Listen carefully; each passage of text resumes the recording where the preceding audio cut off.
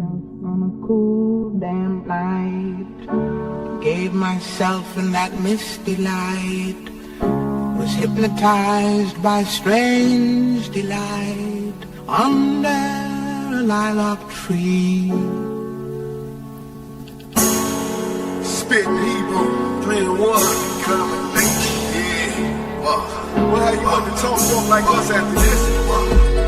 I.S.U.P.K and the American Priest inspiration, rock like how I shine. Yeah, I made wine for my heart, and it's true. That's the recipe and taste. I finally got the recipe. Passed down the ages and sitting under the family tree. Put my heart and all my soul, stretched enough to feed. No wine, no holy nigga, I'm a priest. First I was lost. More song than my over the truth all along is the source of wrong. The feet the dogs, bread, bait, off the plate of cake, wishing to eat, fishing the got meat in the recipe. I made wine for my heart, and it's true. That's the recipe. Seen it there for me. Lord knows it's what's left of me. Was missing. I found myself in the kitchen, water whipping up a piece of chicken just to feed my ambition. Or is it me trying to fill my greed? Cause when it always had to have some green, burning what I made up every day. Wasted eating, regurgitate. I had a taste for something different, wishing I knew what it is that had me on a mission. Ducking state prison, watching opposition on an expedition straight to perdition. For instance, full of capers often, 50 bands stashed in my apartment. Spark, they get to talking like Nintendo popping in the extra cartridge. Women hawking, best promoters. When she told her, framework Golex, still void and couldn't feel that hole. Sex money be over and over, but hold up, wait, what's that aroma? Frozen, I'm gone and I'm getting warmer. Closer and closer, I came to the home of the truth. I'm smelling the salt through my gullet. Rolling on through, how's I hopped out my garment? Look how my friends is falling. I've been anointed with all the button is working. Cutting, blazing, breaking down and observing. All the catering in Israel. The season all in the soil, but plenty wine in the oil. You find it's more finer than the gold, and I found the recipe. I made wine for my heart, and it's true. That's the recipe and taste. I finally got the recipe. Passed down the ages and sitting under the family tree. Put my heart and all my soul, stretched enough to feed. No wine, no holy nigga, I'm a priest. First I was lost, and needed more song than my over the truth all along is the source of wrong. The feet the dogs, bread, bait, off the plate of cake, wishing to eat, fishing the got meat in the recipe. I made wine for my heart, and it's true. That's the recipe. Seen it there for me. Lord knows it's what's left of me. First let me tell you right, you see this cake in a slice. There's some ingredients to suffice. Should be nice even if the spice ain't precise. Like the old life is a sacrifice. 2 or more in the name of Christ. Like the night you had to cut corners just to afford to fill all your short orders. It makes a lot of zeal as you go. One the kind of switch out your own. It was hard to pull crust and bread, but you kept holding till the crust was cold. And make it cold, ain't no other wood. You can never have too much brotherhood. We was mad eggs that would go bananas. Trying to be in the bandanas. You gon' need at least the faith of a mustard seed. When you stir in the pot up, the crush you gon' brew. Cause no, you ain't bit off more than you can chew. Only one Lord, faith and baptism. A lot of knowledge and wisdom. I'll keep you cool as a cucumber. If you find yourself in a pickle, I get your bread and lots of oil, wine and oil. Bring it all to a boil. Not half-baked, cause lukewarm and get spit right back in the bowl. Cold, and nothing you forge it. Go find a man that the Lord's had for you and yours. And just remember that this ain't for it. You know about the recipe. I made wine for my heart, and it's true. That's the recipe.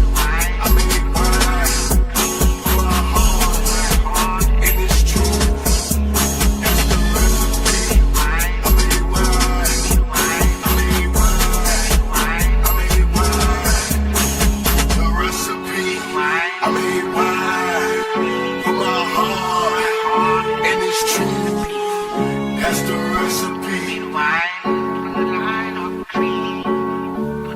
heart and its recipe.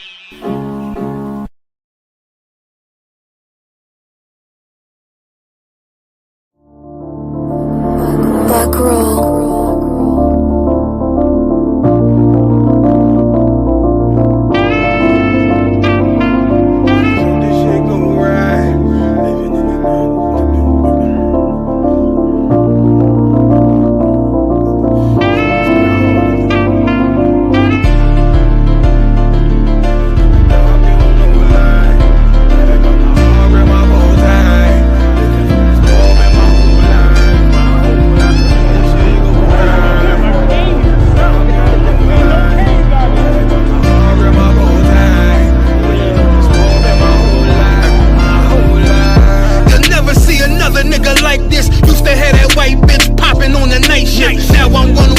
Sharper than an I.S.U.P.K. on you rappers' necks, and it's feeling like some vice grips.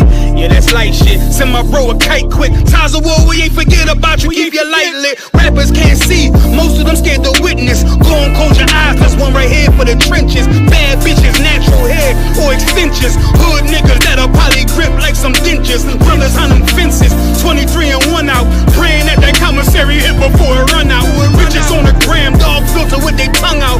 Couldn't stay home because they found the dugout. Closed casket, burner in the low jacket. My co-captain, riding on these whole rappers. My hoes fabulous. Now I don't mean that derogatory, but I'm a player and there's no my women riding for me. I avoided Maury, I got 2 jets. If I can't make it through for them, then I'm useless. Sit down that roof, Chris, with a couple bosses. After the war, just to count our losses. It's not many. You see a smile on my face, but I'm not friendly. Going on my waist, sipping white Henny. I just hope this shit go right. Living in the dark, you don't know light. Gotta got my heart with my bow tie. Waiting on the swerve in my whole life. I just hope this shit go right. Living in the dark, you don't know light. Gotta got my heart with my bow tie. Living in the swerve in my whole life. My whole life. It's so melodic. When I be dropping this ebonics, this ghetto phonics, it got me on the level supersonic. My bomb atomic, and you know where you can find me. Somewhere probably folding this paper origami. My name is pure as the Sani, my wave is like a tsunami. I went from 0 to 100, feeling like Ricky Bobby. I made a deal with the Reaper. Got a couple wives, they some keepers. Talk a lot of shit, but you can't walk a mile in my sneakers. Bitches go to Miami, come home with change features. Now she got a BBL, her ass fatter. Trying to show up all them niggas that laughed at her. Now when they see her, they only wanna fuck her. They just wanna touch her, they don't wanna cuff her. They just wanna come and kick it with her like a punter. Turned her to a runner, now it's all aboard the train.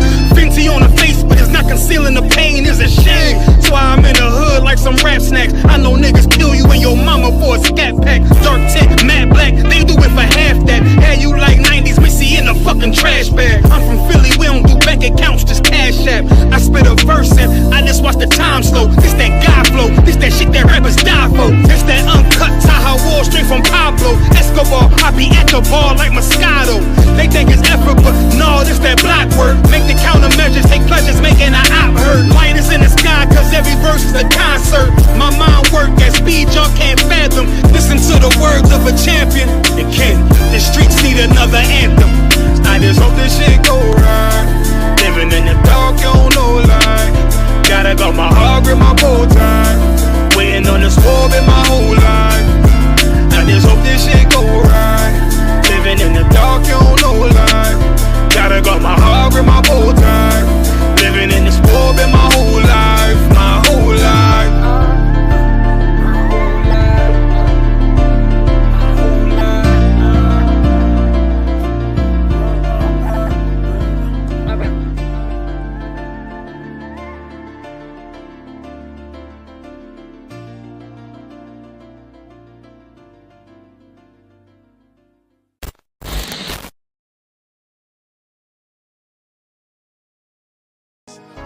Any man give his life for Yahanna, Mashiach, and Christ, and fall up under that U.P.K banner.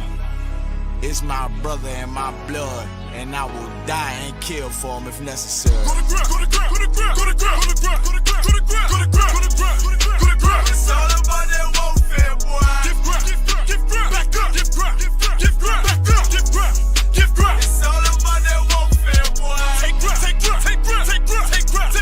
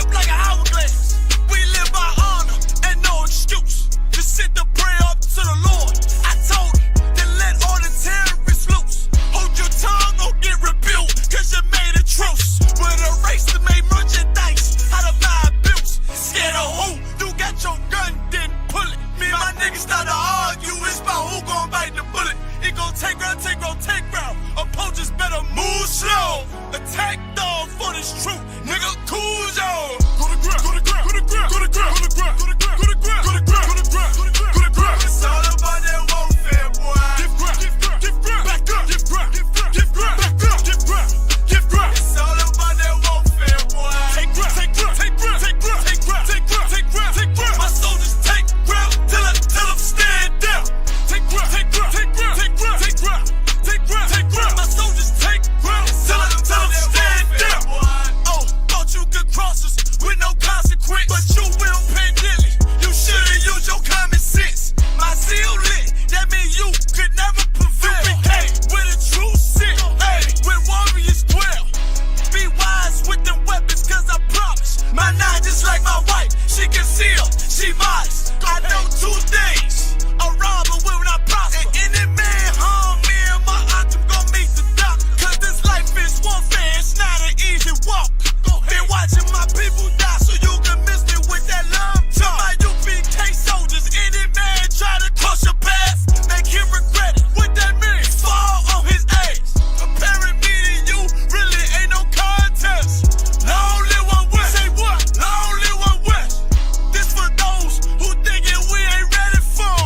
Tell them back up. I'm about to drop something heavy for. Go to ground, go to ground, go to ground, go to ground, go to ground, go to ground, go to ground, go to ground, go to ground, go to ground. It's all about that warfare, boy. Give ground, give ground, give ground, back up, give ground, give ground, give ground, back up, give ground, give ground. It's all about that warfare, boy. Take ground, take ground, take ground, take ground, take ground, take ground, take ground, take ground. My soldiers take ground till them stand down. Take ground, take ground, take ground, take ground, take ground, take ground, take ground. My soldiers take ground till them stand down.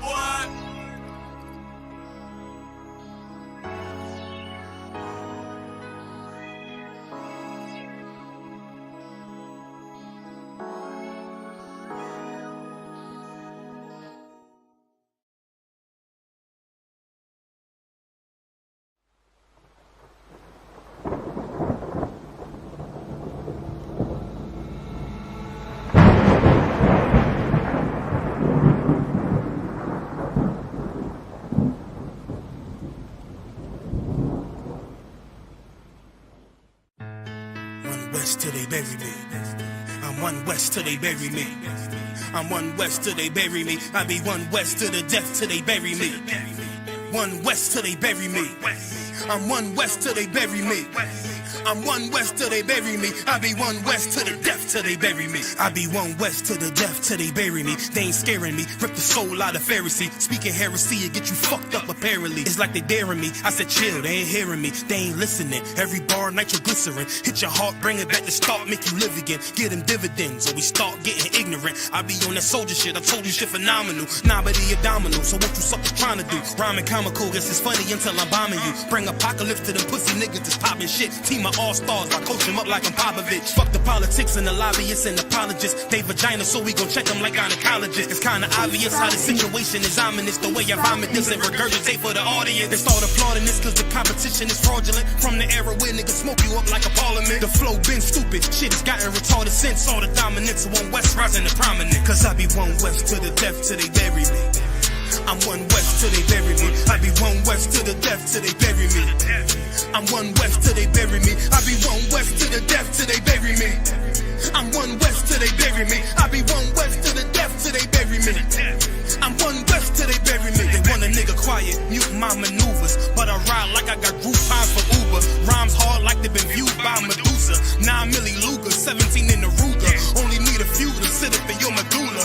Obligata for the regatta, niggas wildin', they win every dollar. They riding by in black Impalas, let the semi holler. The showstopper, been as proper since the teeny bopper. But now I'm going, I'm off Patron, a premium of vodka. I put extensions on the Glock, modify the chopper. The swore heavy, war ready, and that's working mama. No marijuana, say I got the loudest silence on it. When I'm up on it, ain't no rapper do it like I do it. A lot of spitties and writers, but when they heat's on, none of them can get to the fire around with me. And I had them niggas spin like a tire, but down the deep, and I'm still dope as a piper. Every bar burn hard like a spoon with a lighter. Fuel to igniter, I'm winning, coming through with the title because I be one West to the death till they bury me. I'm one West till they bury me. I be one West to the death till they bury me. I'm one West till they bury me. I be one West to the death till they bury me. I'm one West till they bury me. I be one West to the death till they bury me. I'm one West till they bury me.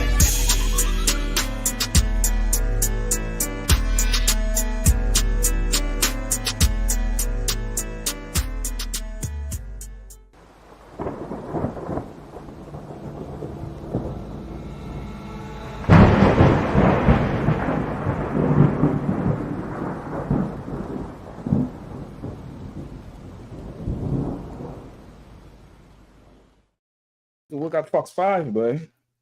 The class was like 5, 4, 3. And the point, you know, the points here, 2. All right, we up? All right, most side, Jack. You have some Shabbat the thumb. You have some thumb, but show me outside.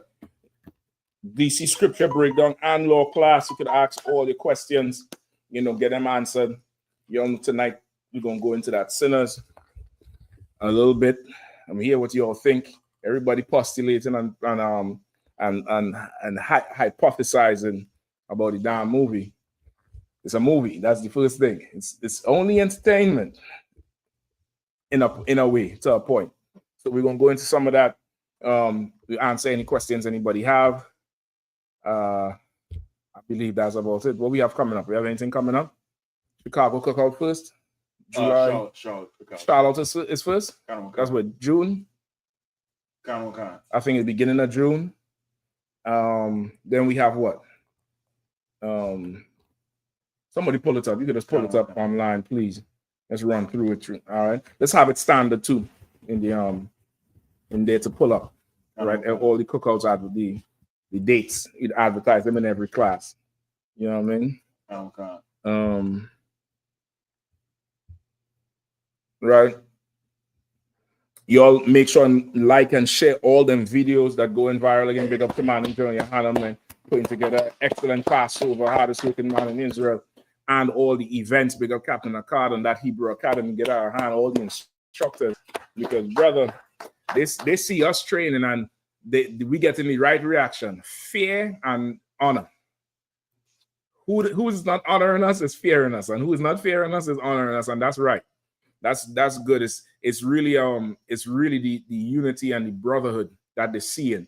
Like, despite what this world like to make you think, black men coming together in masculinity is one of the most I don't want to say attractive because of the day and age we're in, but it's really the best way to build your nation. It fishes everything. Like it's an attraction. It's like you're like an attraction at the museum or circus or something. You see a group of black men coming together in masculinity and unity and one, and they have order and discipline. And that's why even in the hip hop game, when some of those groups, they would have more success than others because of that black masculinity. The most noticeable is G Unit. When they came on the scene, it wasn't that type of masculinity that was there. It wasn't that, there was nobody else doing that type of, strong young man energy, but masculine. There was nobody, and that thing, that having that type of energy, it does take the world by storm. It does take it, because the other attraction is us destroying and killing each other.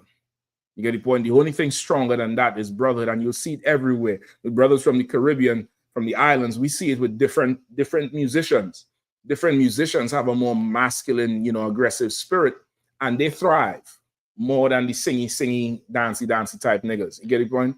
No. It's just something with us as a people, not just Israel, but the whole world. You get the point? Not just, the Israelites, but the world looks at that, as something valuable or something that's good to have around, versus being with the Christian, the effeminate Christian, or somebody like that. You get the point? Okay. So that level of masculinity they see on them tapes, you could pull it one of them tapes up too, if you need to. If you have one mic there that's good, you could probably just get Shapad the other one, and that way he could cycle that back and forth if anybody needs it. Okay. I have the dates as well. Go ahead. Well, let's get the dates after. Let's pull up the video as I'm talking about it. So now you're gonna see where having that level of interaction and brotherhood is always good. It's always, it's always that thing where you like to see that on in any way in life. You see it in movies a whole lot. You see it in any superhero movie. Is always some kind of brotherhood, some kind of somebody coming together, and the two of them come together and they work, or the three or the four or the five of them come together. It always catalyzes something with the audience and the admiration for it. So seeing, a couple hundred black men in all black, they ain't handsy pansy and like some fairies, They're actually doing hard workouts and, you know, like working out with a point, working out towards a goal and doing dangerous things, OC spray and all of that. You know what I mean? A couple broken limbs, broken, you know, members. You know what I mean? Like it's something, and then to hear that you're doing it for, you know, blacks and Latinos who may not even be aware of, you know, anything like that, there is something admirable, absolutely admirable. That type of controlled power and aggression, like that's what, you know, we need to see more of, and we're gonna have more of. So, you know, you're a young brother, you want to get into the Hebrew Academy, whether you black, so-called black, Latino, Native and First People, you just call the Israelite school a UPK closest to you. You call the I.S.U.P.K and that's closest in your zone, and let them know you're trying to sign up. If you're a sister and you have a son and you want to secure his future, you sign, you call and request. You know, you may not get accepted, but at least you put your request in, you make it known. If you have family members in the prison and they want to get they want to be in the Hebrew Academy as well, we have a prison program. You just have to call the school and give us the information, and we'll take it up from there. You know what I mean? At least they could come in here and learn and, you know, become an officer and teach if they don't get in the academy. But the academy is not open to everybody. It's very selective. And even in the selection process, if you get accepted to the academy, it don't mean you're gonna make it to the end. It's a very thorough, very rigorous, very high level, high discipline level process that produces young men that are able to go out and do the job that, you know, our leaders are not doing. You understand? They were able to go out there and do the job that, you know, so much of what we pay Esau to do, in terms of taxes and stuff. And I'm not saying don't nobody pay no taxes. Everybody should pay the taxes. But what you would expect from Esau, you're not gonna have it. You know what I mean? Today I saw the story with Kilmar. You all know, what's the brother named Kilmar something, the brother from Maryland who got deported to El Salvador, Kilmar Guerrero or something like that. Somebody look up his name. All right, look up his name real quick. I think it's Kilmar Guerrero or something like that. It might be. All right. Yikes. Can't say no, boy. Hold on. No, I just talk about discipline. I see you try to trick me, Satan. You can't come in here. It's sinners. Now I'm gonna regrettably have to pass tonight. God damn. That's the one. I'm gonna probably take it after for the show. If you see me cooking out on the show later on, just, you know, let me see the bottle of the advertising for the come closer. Yeah, if you don't see me acting the fool on the show, this is why. All right, this is the cremas here from courtesy Yatazan and Rib. You know what I mean? I appreciate that. God damn. Yeah, I'm a passer. It's like, let me take a sip of this good 1925 water. I'm not gonna pass. Because I said, turn down for what? Turn down for what? His name is Kilmar Abrego Garcia. Sir. Kilmar Abrego Garcia, right? He was deported wrongfully because Trump and his team, his Fourth Reich, said that Kilmar is a MS-13 member and he's a gangster, and all the tattoos mean that he's a high-level gang member. Come to find out, this brother got, you know, a wife and like 3 or 4 kids and been living in Maryland for however long, right? So now they came up with a story saying they just found out that he has several restraining orders against him. That his wife done called the police on him 3-4 times in the last 5 years. And I think they have one from 2021, 2022. And one of them from 2021, when they interviewed her, she said that the police report said that he punched her in her face and threatened to kill her. When they interviewed her, she said he didn't touch her, but they was arguing and was heated. So she wanted to protect herself in case it went left. And this is a lesson. And it's definitely, you sisters, y'all all should come in the UPK and let somebody who got good sense direct every movement you make. Right. I mean, down to the time where you wake up in the morning. You should ask somebody that thing, because that call you make when you want to be right in a situation. Now, I'm not saying there ain't gonna come a time where your life might be at stake, and that's the other half of coming into the school. But just because you in a situation, or you cause a situation, or you want to have power, which 90% of the time, that's what it is. 90% of them phone calls to Esau about some domestic shit is because you don't want to listen.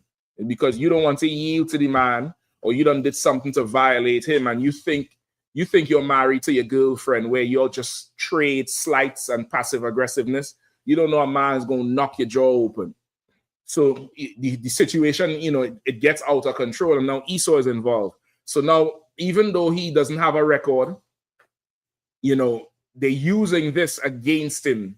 And now remember, his woman was all on the TV. So Trump came out today and said, he could bring Kilmer home, and they're working it out with El Salvador, but he could just bring him home now. But then he said, let's not act like he's some squeaky clean guy.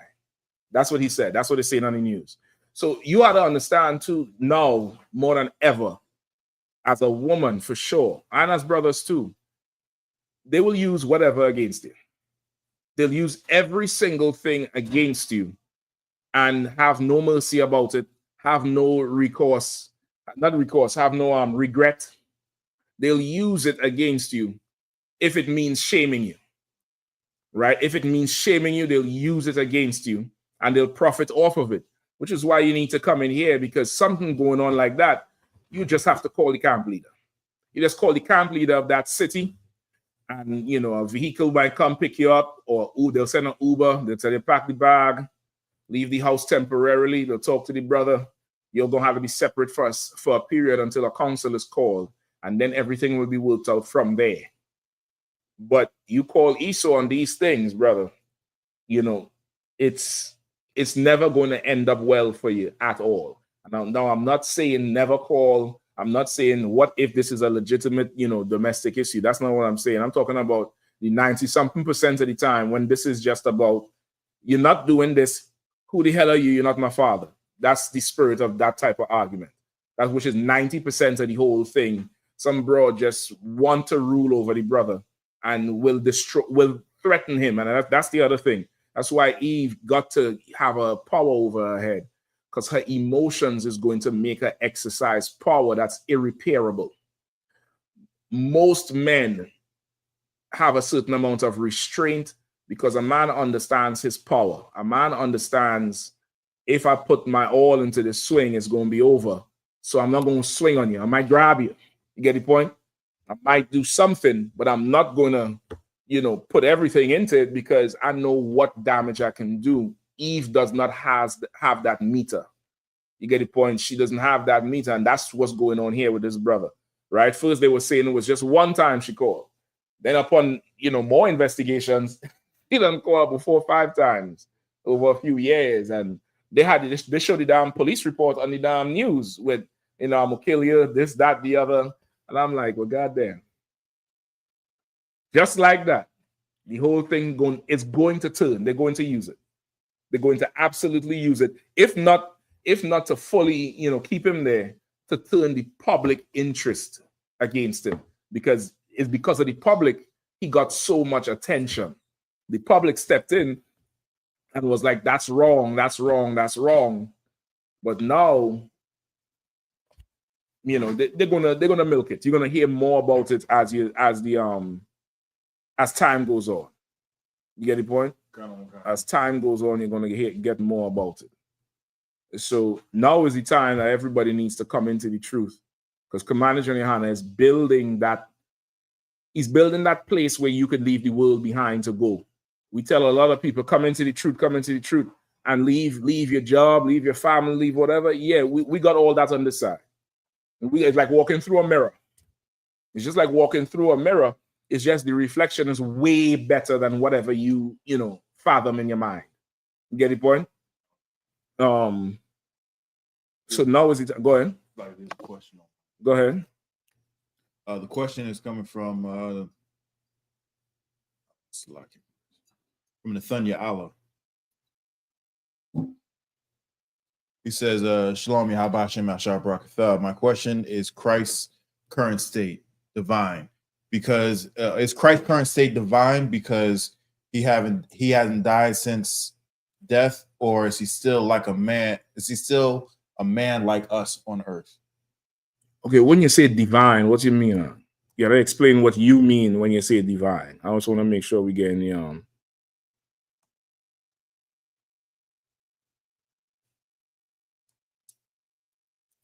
Like, so while he's typing that response in, Mhm. when you were talking about how, you know, a man understands his power and he won't put it in the full. In most most cases. Khan. There was a viral video going around about with this older brother in a school, and this young kid, you know, stepped to him, and then he like yoked him up and like sat him down, but he was like grabbed him. He yoked him up and sat him down and you know, got in his face, but he didn't do anything after that. He just, you know, sat him down like, don't do this. Don't walk up on me. You know what I'm saying? Right. What's wrong with you? Don't do that.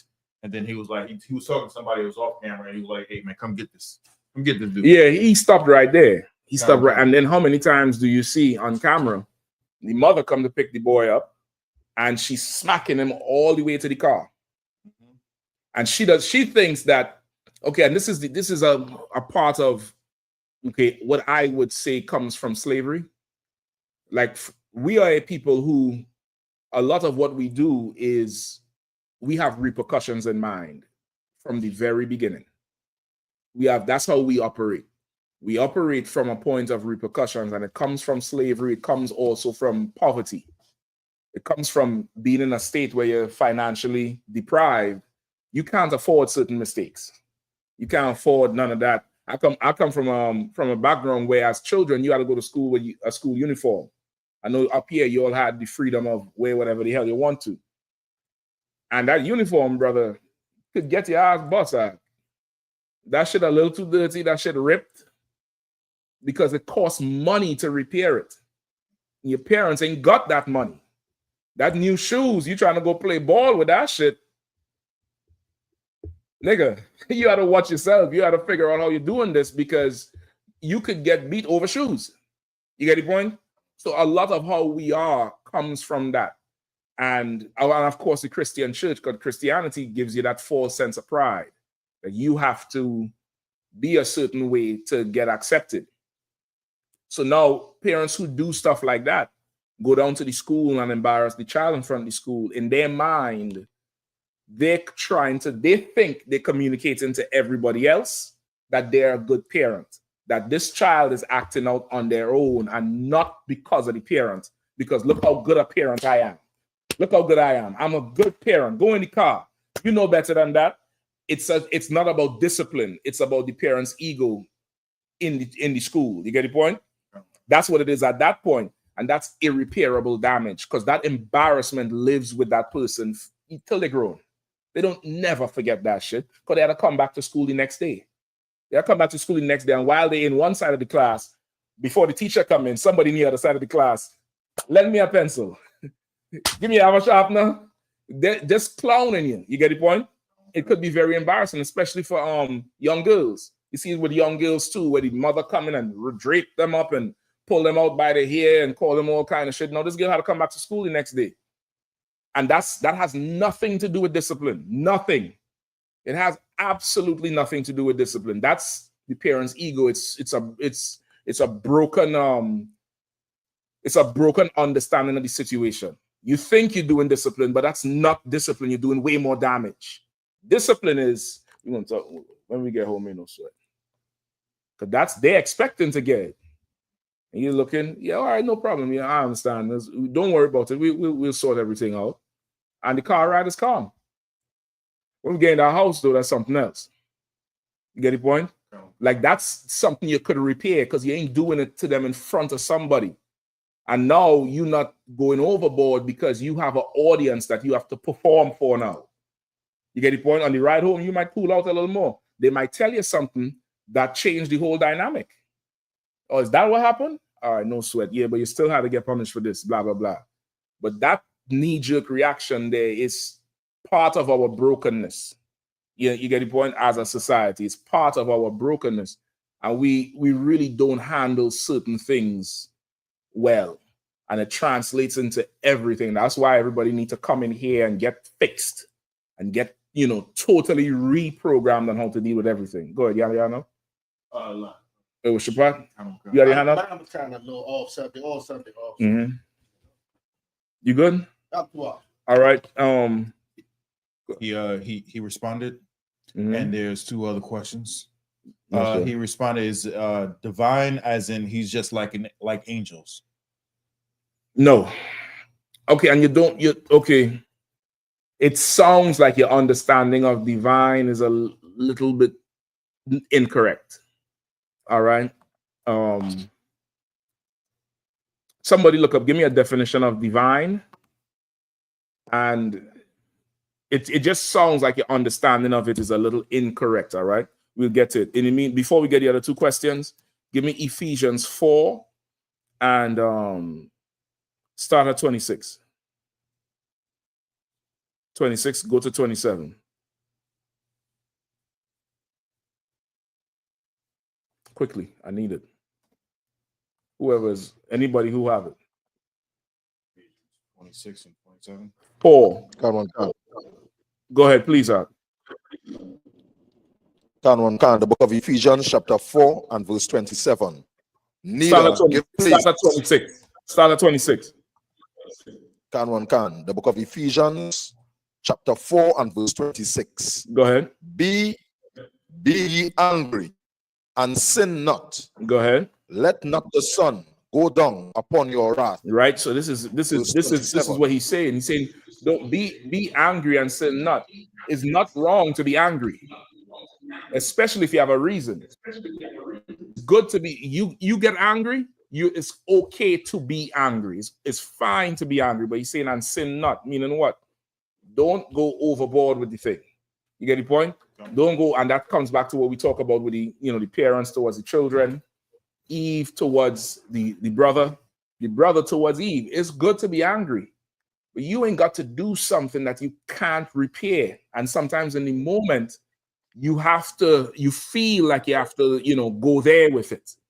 Because that even usually, which is school have a counseling department and therapy, it's good to go and get things explained.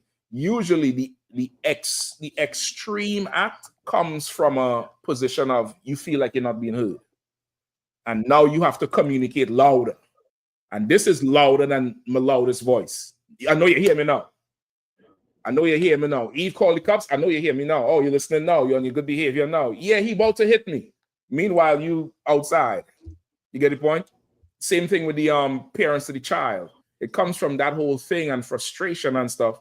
And the Lord is trying to put a temper on it, saying, be angry and sin not. Go ahead, Shepard. For the question, I wonder if this would be a good precept for the Christ, divine. Let me come to that. I ain't even on that yet. So just hold on to it, all right? Go ahead and read it out. Verse 27. Neither give place to the devil. Right? Neither give place to the devil, meaning give him no room. Give him no room. Don't let him put an inch. Don't none of that. Don't give them anything that they could use against you, even in the slightest way. She never, again, living under what? Biden and Kamala and the Democrats, they thought Trump was never coming back. They thought, that's an evil white man. This is a good white man. They don't understand white man is the devil. You get the point? They don't understand clear across the board. You calling them on your husband, and he ain't swing your jaw. He ain't did nothing. You all having an argument. People have arguments. God damn, fish in an aquarium have arguments. You come one day, you see scales all over the water. You got to separate them two damn bastards. You having an argument. You call Esau, not knowing. Now the whole world knows this man and you wasn't. You're they probably saying it's good he out of the country. You all need to be together. You get the point? Now they're turning the microscope on you now. You made that call. You. Did you have to? From what they're saying, out your own mouth. She's saying, no, he never hit her. It's just There was arguing, and the arguing get intense. And then in the her statement, she said he picked up her phone and smashed it. Now, there have been some arguments. That phone usually means something. He ain't smash you. He take the phone and he smash it. It usually means something in that phone is getting more attention than him. I ain't gonna say no more. But it usually means that shit. If he take up the phone and he destroy it, sometimes there's something in that phone either you ain't letting him see or he's seen something in it that validates his anger. You get the point? Nevertheless, now all of that is there for Esau to use against him. You get the point? When y'all as a married couple had Maryland and America back on their heels because they got the wrong guy. He wasn't even, bring him back. Like it was this big news now. Now they're saying, maybe it's better he might be away because you and him always fighting. What about the kids now? What the kids see? If Esau want to make a case for your brother, they'll look at everything. You get the point? They'll go in there and look at everything. So now you have to make sure you're angry, but you sin not. Because if you do sin while you're angry, now you give Satan space to attack you. Now you give him space to use that against you. Now you what? You in that movie, you letting him in. You opening the door and you're letting him in. He only need you only need an inch to take a mile in him. He need a whole lot. You get the point? That's why every Black, Hispanic, and Native and First people needs to come up in here and get the knowledge of the Lord and the wisdom of the Lord, and know how to move, know how to navigate this world, know how to solve your problems in a way that people in the world wish they had, because they don't go to law with the oppressor and come out on the wrong end. What their idea of justice, they didn't know they was going to do that. You hear the verdict, you hear the judgment, and you was like, you're both looking at each other in the courtroom like, we didn't want this to happen, so why you come there? Like Israel, there's a place you can go where you can get justice from the Lord. You get counsel from the Lord.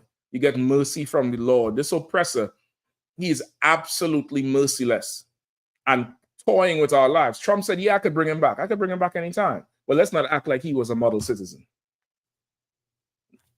Do we know if Trump could bring him back anytime? I don't know. I don't know nothing about that. I know when them Ball brothers was down there in China shoplifting, he said, I'll go get them out. And the father went and got them out. Trump tried to take the credit. Y'all remember that? So how we know what he's doing to kill him all? He probably don't even know who this damn brother is. But he's using it for mileage. And what is the mileage? A phone call you made when you was angry. That's the mileage. That's what he's using against it. It's ridiculous. What's the definition? What we have for divine? Have a definition. Go ahead. Divine, of, relating to, or processing directly from God or a God. Being read it one more time. Kind. Of, relating to, or proceeding directly from God or a God. Right? Of, relating to, or proceeding directly from God or a God. So divine is relating to God or of God. So, like, that's why I said your understanding of divine might be a little bit off, because you said, like, the angels. Are the angels are the only thing of God? No. You get the point? So what divine means, the Lord is involved. This thing is above man. This is like how they say divine intervention. You could have an intervention, but that could be you. It could be the police. That could be a judge. That could be your family members. But the Lord stopping something, that's what they would say is divine. Now, just for everybody in general, divine is not a vocabulary used in the UPK too often. I don't think ever, but I don't know. I ain't in every class. But I would probably strike divine from your vocabulary, brother. All right, is that brother who asked the question, right? Kind. Right. I would strike divine from your vocabulary. What you probably want to ask is, is Christ what's the question he asked about his body, if his body is like ours or something like that? Yeah, concept. Go back to it.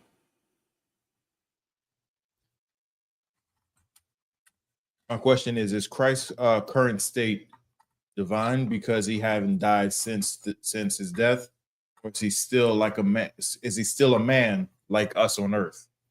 Okay, so instead of divine, what you want to another word you can use, right? I'm not saying this is the only word you could use: corruptible or incorruptible. And I say that because that is in the scriptures.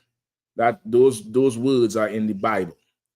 Take me finally where after Christ came out of the tomb, and I think who it was, Thomas or John or one of them saw him, and he said, "Don't touch me yet, because I haven't seen the Father." You all know what I'm talking about? Gosh, I had to get one of these for the car. I could see that could come in handy. I find out if it's legal. It's a lighter. Shit. I don't smoke, but it's a lighter, officer. What you want? You want a light? Y'all got it yet? John 20:17. Let me hear. Or anybody who have it. Okay, so Go ahead. Book of John, chapter 20, verse 17. Mm-hmm. Jesus saith unto her, touch me not, for I am not yet ascended to my Father, but go to my brethren and say unto them, I ascend unto my Father and your Father, and to my God and to your God. Right. So he gave an order to not touch him, because now he's back in the earth with a body that is not tainted. You get the point? A body that's not, it's not defiled. You get the point? It's not defiled. That's what you want to think about with this. It's not defiled, it's not tainted. He said, don't touch him. Yeah, he ain't go see the Father yet. So he had to go in there undefiled, clean, right? Not divine. Divine, when you use it like that in today's terminology of divine, it could be taken for something else, like like how you say, like how the angels are divine. When this scroll here is divine, according to the definition.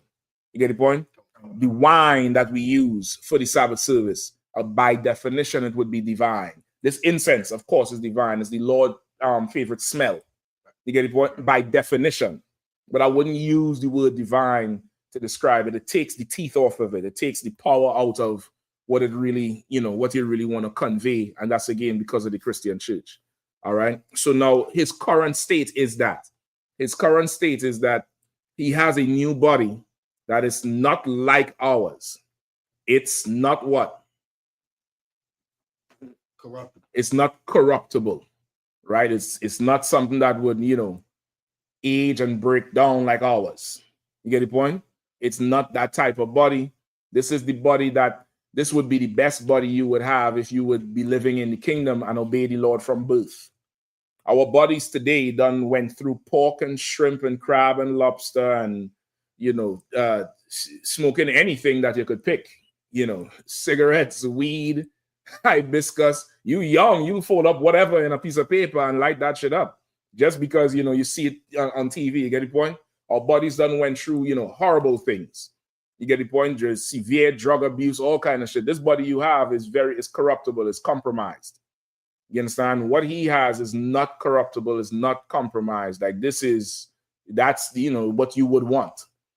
So that's what you want to think of in terms of his current state, if that's what you're asking, his physical state. That's what you could use that scripture right there where he said, don't touch me just yet. I haven't been to see the Father. All right, Shabbat? Shalom, yeah, I do have a precept, but what you were saying about corruptible, right? Mm-hmm. So like, how you say we didn't done things like smoke weed and stuff, so our body knows what it feels like to be high. So that could make us more corruptible, susceptible, to do stuff. Okay, like not in terms of that. I'm talking about just in terms of the physical running of it. It's like you have a car and you put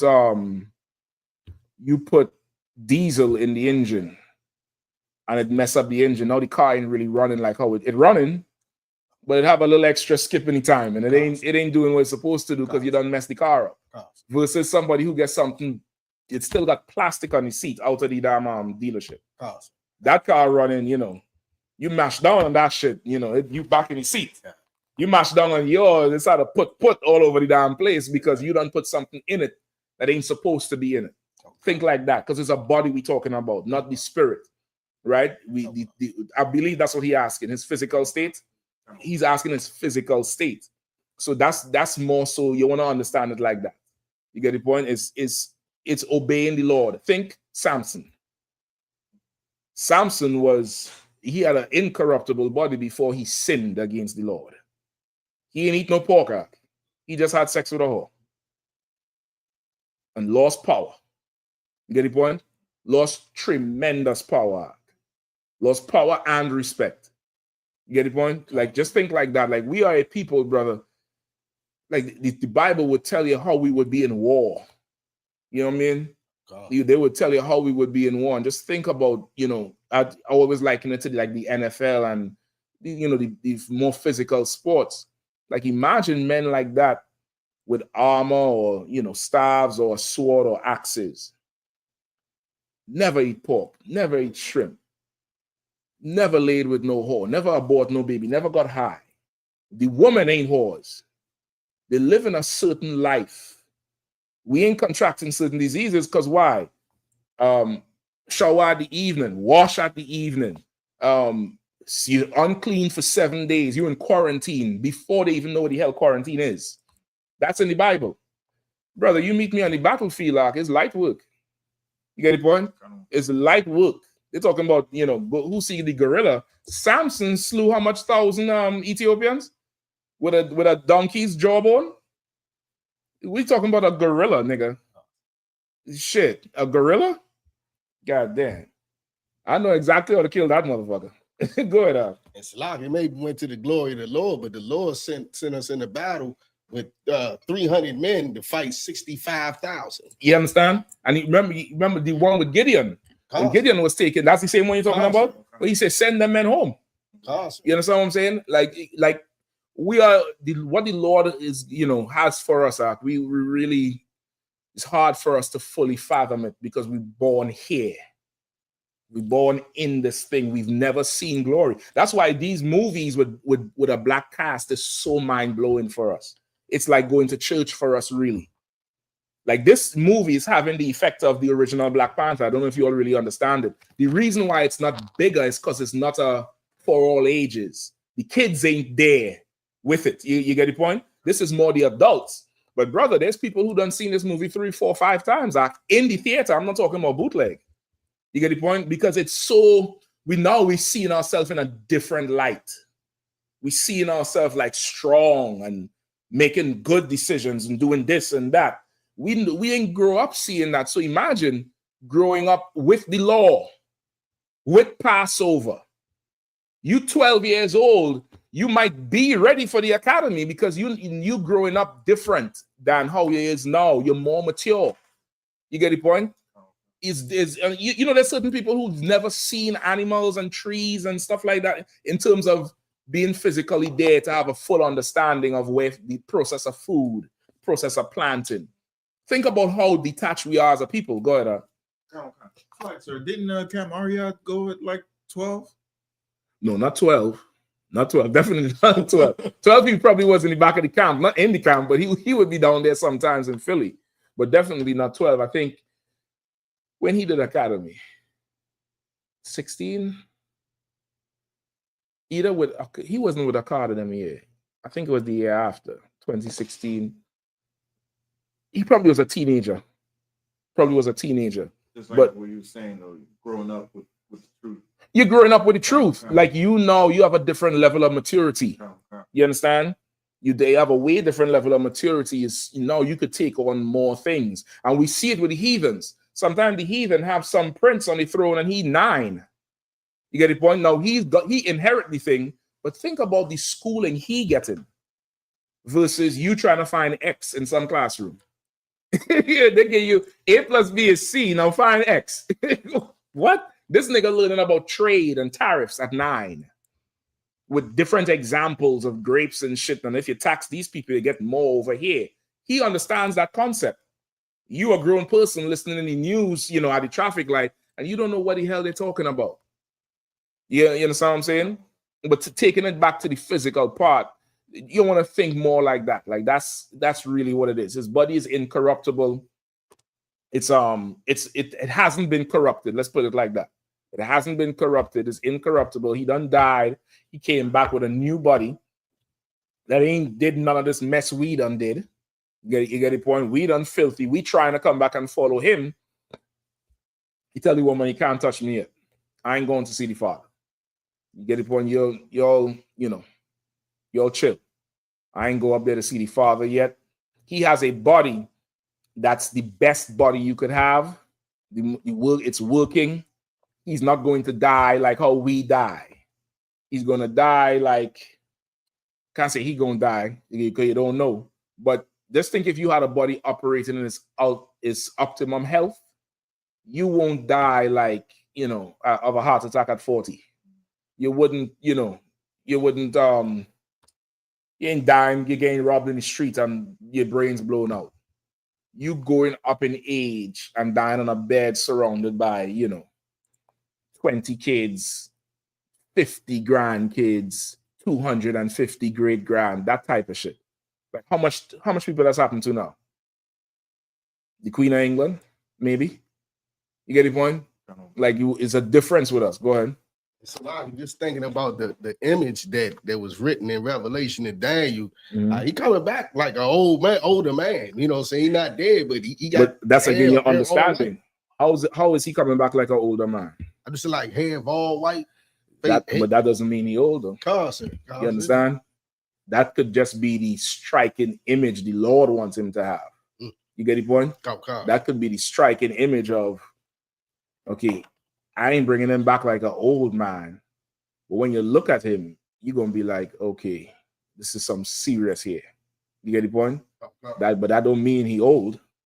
You know what I mean? He's standing head and shoulders above everybody. Hair like wool, white as wool, head and hairs, a voice like many waters. You've been around somebody who old, the voice ain't had that strength no more. You get the point? Just think the Most High is a black man and Christ is a Judite. When he returns, he's making a goddamn statement. You get the point? He is making an entrance, a statement. Just think the typical Judite. Look at sports. You ever see music? Say, play my theme music. Dun, dun, dun. You get the point? Think about Mike Tyson them walking to the ring.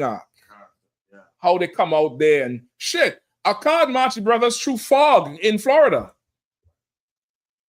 You hearing men what's the song? Babylon falling. Whoo! Wow, and you see a card come through the fog and then turn around and did this here. Come on. And he walked and then the men come through behind him. That's an image. That's you're making a statement. So when you see the description of Christ with the hair like wool and white as wool, you might think, okay, he come back as an old man. No, don't think that. He coming back in power, and it's to make you look like, damn, you watch that cartoon X-Men, that broad had the silver hair. Ain't nobody say she old, right? Ain't nobody say she old, right? Nobody don't say she old as shit, right? It's making a statement. It's making a statement. All right. And don't nobody tell me she African. That all them X-Men supposed to be Israelites. That's what Stan Lee said. They're all black people. Oh, you didn't, Bakwash, you didn't know that? Oh, come on, Bakwash. Come on. You could look it up. Stan Lee invented that X-Men and Magneto thing to represent MLK and Malcolm X. And of course, the mutants was supposed to be us integrating into white society.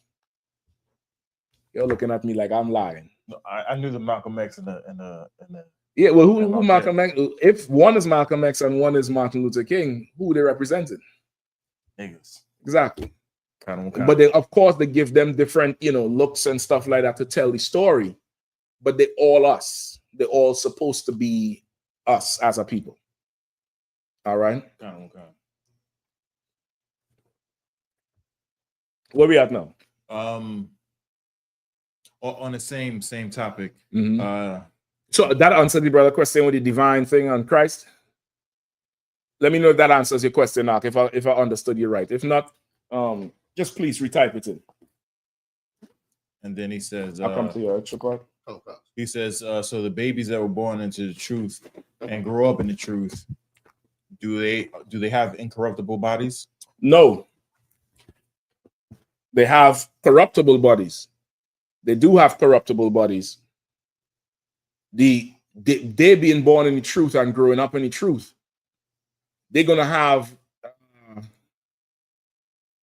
because they're in this society and born from parents who done, sinned against the Lord, and being born in the truth, not in the kingdom, not after generations of being, in power. Remember, reincarnation is real. So now that baby who's born in the truth was alive when? Without the truth in the past. And they're being born into a life now to be what? Judged. You understand? So now they're being born into the truth is a blessing, but you may still have things to deal with. You understand? You may still have things to deal with, and that's, is what it is. You get the point? But now on the spiritual side of that, you would have an incorruptible spirit. You get the point? If you take to the truth, if you're born in the truth and you take to the truth all the way up, now you're on a level that's different to other people. You don't grow up different. You don't grow up understanding things at a younger age. But don't think because they're born in the truth, that's, just, like a miracle baby, just, throw the baby in front of the bus. don't do that shit. You still have to take care of them and, do everything, and something might happen. So don't think like that. It could shake your faith. It could make you think the Lord not with you, and that's definitely not the case. You understand? I don't know. But that thing there, what we're talking about there is different. It's a little bit different. All right, go ahead, Shapat. This precept right here would be a good way to Come on with it. Christ wouldn't be angel. Mm-hmm. The book of 1 Corinthians, chapter 15, chapter 15, verse 30. Which one? We say we would command. That's when you say we would command the angels. Sir. All right, go ahead. Give me that one. But Bakwash, look up that one for me. But go ahead, Shapat. Come. All flesh is not the same flesh, Mm-hmm. but there is one kind of flesh of men, another flesh of beasts, Mm-hmm. another of fishes, and another of birds. Mm-hmm. There are also celestial bodies Mm-hmm. and bodies terrestrial. That's right. That's a good one. But okay, the terrestrial bodies is what?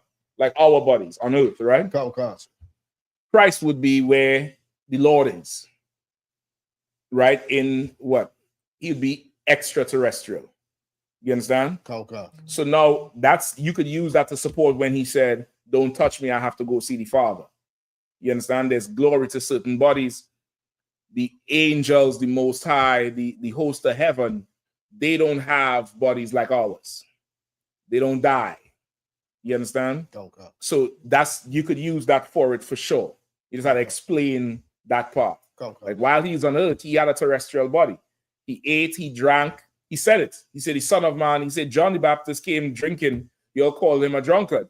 The Son of Man came eating and drinking. No, John the Baptist came not eating and not drinking and eating wild locusts. You all say he was crazy. The Son of Man came eating and drinking. You all call him a drunkard. So he had a body like ours, that he ate and he drank. You get the point? But of course, when he died, he got a body that could be with the Father, which would be what? Extraterrestrial, right? Terrestrial terrain is on the earth. Extraterrestrial is above it or beyond that, right? Or you could say celestial if you for the sake of the scripture. You get the point? So you definitely could use that to explain it. Give me the other one where he said, no, you not that you will command angels. If you need to help find it, let me know. You found it? Hold on.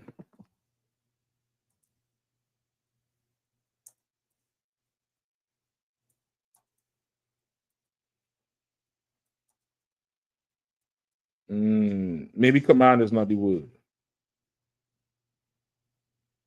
Got it, sir. Go ahead. Pull it up. Thinkest the book of Matthew, chapter 26, verse 53. Mm-hmm. Thinkest thou that I cannot now pray to my Father? No, not that one. You could continue reading that one, but not that one. I think I got the wrong one. Continue reading that one. Go ahead. And he shall presently give me more than Read it from the 12. start. Okay.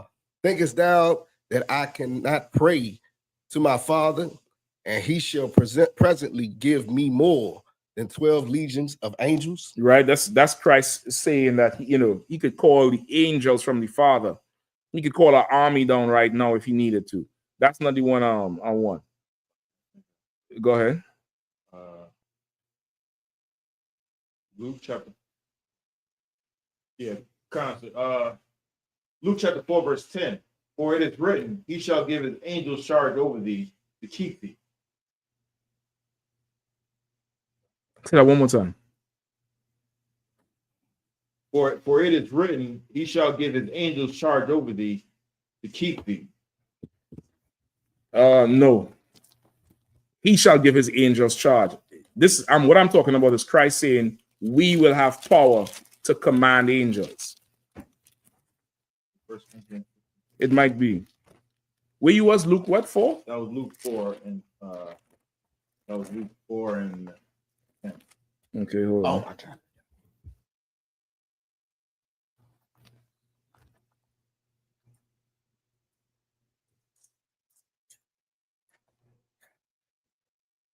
It's like, if I may. Yeah, go ahead.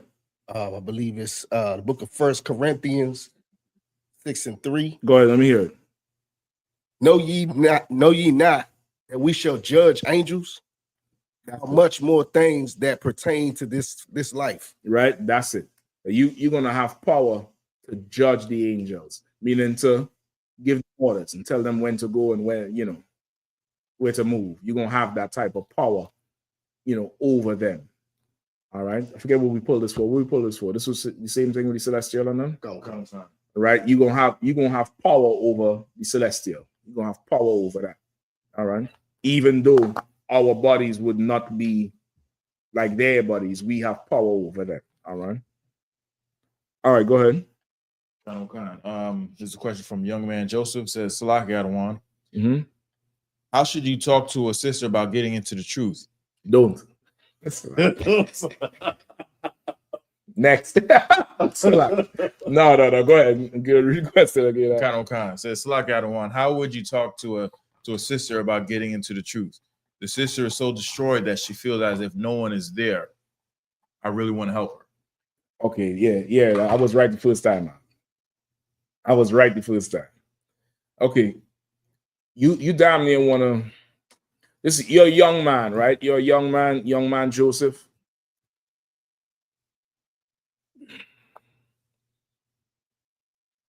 What you want to do is you want to make sure you are in here. You could tell her about the class, and then after that, it's up to her. All right. Give me what I don't want to paraphrase it wrong. Was no man can decide. It's basically saying you can't save somebody. It's up to the Lord. It's basically saying that, like, no man can. You can't save somebody. You can't do that. That's up to the Lord, right? Because of Christianity, I'm not calling you Christian, Joseph. I'm not doing that at all. I'm just saying we all come from a background of Christianity in some way, form, or fashion. And because of Christianity, we have a certain amount of pride in us where you think it's something that you could do. Give me the one in Romans 2, right? Romans 9. I'll take that too. But there's another one that's saying, you can't really do it. It's really up to the Lord. But I'll take that one for sure. Because of the Christian church, we have a amount of pride saying, like you could get this person to do this, and you can't. All you could do is give them what the Lord gave to you, and it's up to them to do what they need to do from it. You ever hear the saying, you could bring the horse to water, but you can't make it drink? That's really all it is. You can't, somebody like that is, you had to make sure you there first, right? It's like you're going to take a plane ride.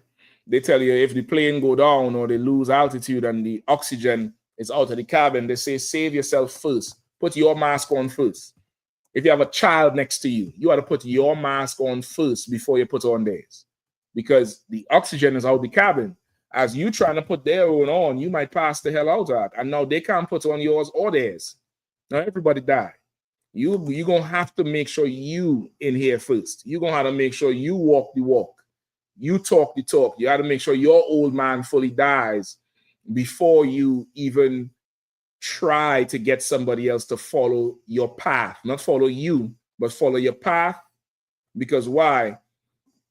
It makes no sense telling them about something that you have not yet, fully done. You get the point? They don't have something to look towards. The best example is, a living example. You know what I mean? That's what you want to do. You want to show them how your life has changed as the best example. And that's how they would come in. Let me get the Salaki, sir. Go ahead. Could you use 1 Corinthians chapter 3, verses 6 through 8? Let me hear it. Kawakan, sir. 1 Corinthians chapter 3, verse 6. I have planted, Apollos watered, but God gave the increase. That I'll take that too. That for sure is definitely one. Hold that one, Kazak, because that one might be the one I would use last to close it up. All right, I'll come right back to it. Shepard, let me get the one you had. Book of Romans, chapter 9, verse 16. Yeah, go ahead. So then it is not of him that willeth, nor of him that runneth, but of God that sheweth mercy. Right? It's not of him that willeth or him that runneth. Right? It's not your will that's going to make a difference, young brother. It's not of, her if she picks up and follows after you, but it's the Lord that showeth mercy. All right? It means like this, really, you could do whatever the hell you want to do, but if the Lord is refusing you, nothing you do is going to change his mind. If the Lord has accepted you, nothing you do is going to change his mind. And this is in certain contexts and on certain levels. You get the point? The Lord could for sure change his mind with everything. But there's in this, for your context, there's really nothing you can do to make them come in. You get the point? Now, I was once a young man in the truth. I know it mightn't seem like that. But I was once like you, young Joseph. And brother, I probably would call the general every other week about some sister that I thought desperately needed saving. Yeah, desperately needed saving. And until one day, Jeremiah, when he'll cut his, sharp with his sword, he said, how come you never called me about bringing a brother to the school? And that was the day I realized something was wrong with how I was thinking. Right? Something's wrong with how you're thinking. There's a brothers, okay, even if you bring her to the school, she can't go to camp with you. What you need, she can't give you. She could give you what you think you need. And I'm not saying, forget about the sisters and discard them, but the focus you put it on her, you put on yourself, and then you go fish brothers in. As brothers come in the school, you'll start to build a community that she will scale a wall to be part of, because over there is safety. Over there is warriors. Over there is, food. Over there is water. You get the point? You by yourself, brother, is, I'm not saying, cut the broad off. Send her to the class. That's all. Send her to the class. Don't try to teach her nothing. If you really care about this girl and you want her to change her life, don't teach her. Tell her about the class. Tell her it's going to change her life. Tell her you in there now. And every time she calls you and asks you questions, refer her to your camp leader. That's it. Just leave her alone to shed herself of the world. Send her these flyers. She could send her classes. Send her the camp leader's number. That's what he's there for, to take calls from everybody. You focus on becoming a trooper, then an officer, then Hebrew Academy. And I'll give you one. I'll give you another thing that would happen, another advantage. She might one day get a video and see you cutting a devil to piss, and then he gets down and kiss your boots. And she'll call the school and seek to change her life, hoping that you'll notice her and she can request you to court. Now, if you want to be on a level, take the long road. Trust me, the scenic route is always nicer. Take the long road, brother. Forget about getting her in here. You go raise up a camper and let her see you and let her desire you. You understand? Now, that's, of course, I'm saying that assuming, you know, you're in the young man mode and, you know, the sister is so badly off and blah, blah, blah. Bros ain't as bad as you think. They could make one call. It's like how Christ could call the angels, a legion of angels. They'd go down in that social office and shed one tear, brother. They'll be in a house Monday. They'll be there with wick and tannif and everything else and nothing for your ass. Focus, get yourself in here. Make sure you up in here. Make sure you coming strong. Send her to the school. Send her to the school. Let her call the camp leader. The camp leader give her somebody to call, or she comes to class, or she don't. You make sure you there. Don't make your life and your efforts about if she comes in or not, brother. That's, you're setting yourself up to fail. All right, you're setting yourself up to fail. Let me get the one. Hold on, we finished with that? What you was reading? Okay. Look, Kazak, let me get the one you had. Kawakan, sir. 1 Corinthians chapter 3, verse 6. I have planted, Apollos watered, but God gave the increase. So then neither is he that planteth anything, neither he that watereth, but God that giveth the increase. Now he that planteth and he that watereth are one, and every man shall receive his own reward according to his own labor. That's it. That's it. Like there's nothing. You can't labor for her. You can't work for her. You can't not eat pork for you and her. You get the point? You can't, you know, pay tithes for you and her. You get the point? Like every man and woman is responsible for their walk in here. You could only guide her. You could only tell her where to go.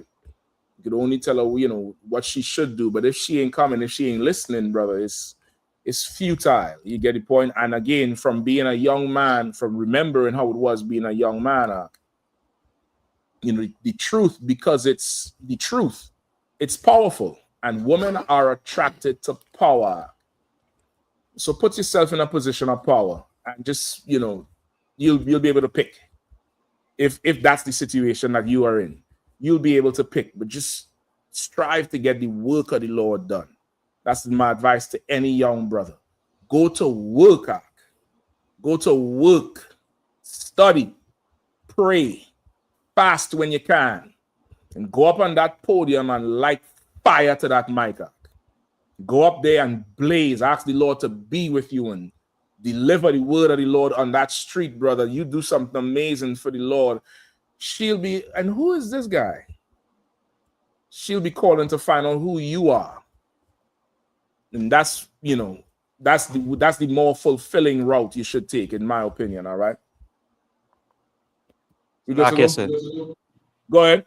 Yeah, hey, so what the international international man and mystery boy. Go ahead. Yeah, and you know, again, we just brought out it very important again for young black men, especially, you know, young brothers in the truth, you know, seeking or looking again after, you know, seeking out a sister. You know, the most important thing now is again, seek out your brother.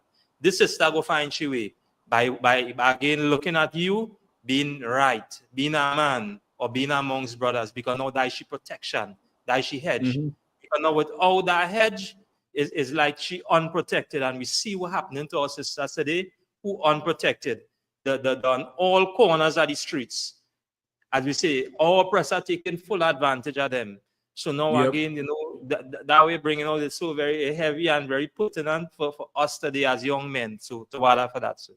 Yeah, definitely. Like I'm trying to tell you, that's one way to derail yourself in the truth. Because when you're a young man, you trying to go after some brother. I would advise any young brother coming up in here, focus on learning this profession. The woman will come.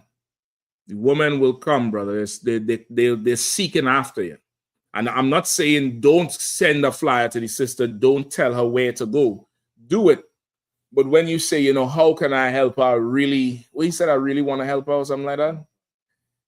Yeah, I would say really help yourself first. And then from helping yourself, you're going to find out from your camp leader what you can do to help the work of the Lord. That's where your focus should be.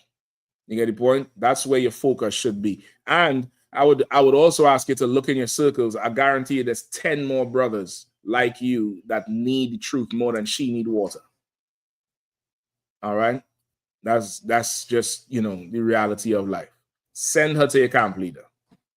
If she calls him, then you know, it was worth you giving her his number. If she doesn't, what you gonna do? You know, sit there and beg the bro to come, you know, follow the Lord. That's not a very a proper use of your time. It's not a good use of your time at all. All right. Anything else? There's a few more questions. All right, let's go. Don't forget, I want to get into sinners, boy. Shit, I think I'll go see that one tonight. Salaki Cap, you're not gonna spoil it, sir. Salaki. Listen, not only am I going to spoil it, I'm going to turn it into hog food. I'm gonna spoil it worse than hog food for you. I gave you all time. Nah, I'm joking. I can't listen. I'm gonna tell you straight up. I hear everybody saying what they're saying about the movie. I think it was an excellent watch. Again, it's entertainment. I'm not going in there expecting, you know, one of Commander Johnny Yahanna classes or Jeremiah classes or Jeremiah class. I ain't trying to go in there and get precepts. I'm going there to be entertained. Right. And the movie is, I think it was shot well. The story was well. They're talking about the nigga acting and shit. I'm like, well, what the fuck y'all want him to do? You know, walk on water? Yeah, I mean, I ain't see nothing wrong with this shit. The shit had more things that I could identify with in the truth than anything else. I'm tell you that straight up and down. It had way more things I could identify with in the truth. It's not gonna spoil it. There's people going and see that shit 3 and 4 times. It's that type of show, and it's not a Marvel show. It's not a Black Panther show. It's an original concept, you know, in terms of for what he was always producing. Go ahead, Shapat.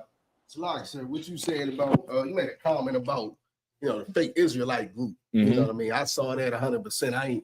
It didn't dawn on me till you said that. When I think about it, yeah, you know, hell fucking yeah, having unity. Hell yeah, that's them. That's them right there. You know what I mean? So we're gonna get into it a little bit. But go ahead, go ahead with question. Khan. It's from Bernard Funderburk. Says, why do you guys wear a Star of David when there was no such star during that time except in Acts 7:43, which is classified as a star of Rapham, and this signifies the mark of the beast in Revelation 6 in Revelations 6-point star, 6-point, 6 triangle, and if you take away those triangles, stop reading. Fuck nigga. You have a question? Or you're trying to teach me? What are we talking about? Do you have a question or you trying to teach me? Constant the last don't read no more. Don't quantify that bullshit no more. All right, I'm gonna answer it because you read it, not necessarily because he's asking, because he's not asking. He's challenging, and that's why you can't come in here. You're not invited. You can't come in here. You this is a challenge. This is a passive aggressive challenge. What you should have did, and I would have respected you more, was saying you guys wear the star of Molech on your head, 666, blah blah blah blah blah, and then I would of course went off, but I would have respected more. But don't say why you guys and then write a whole fucking soliloquy about some shit you found out in your basement, in your drawers, on a late night YouTube search. All right? Because just Google the word star or what is a star and pull up an image of a star and then read the description if you don't mind, please.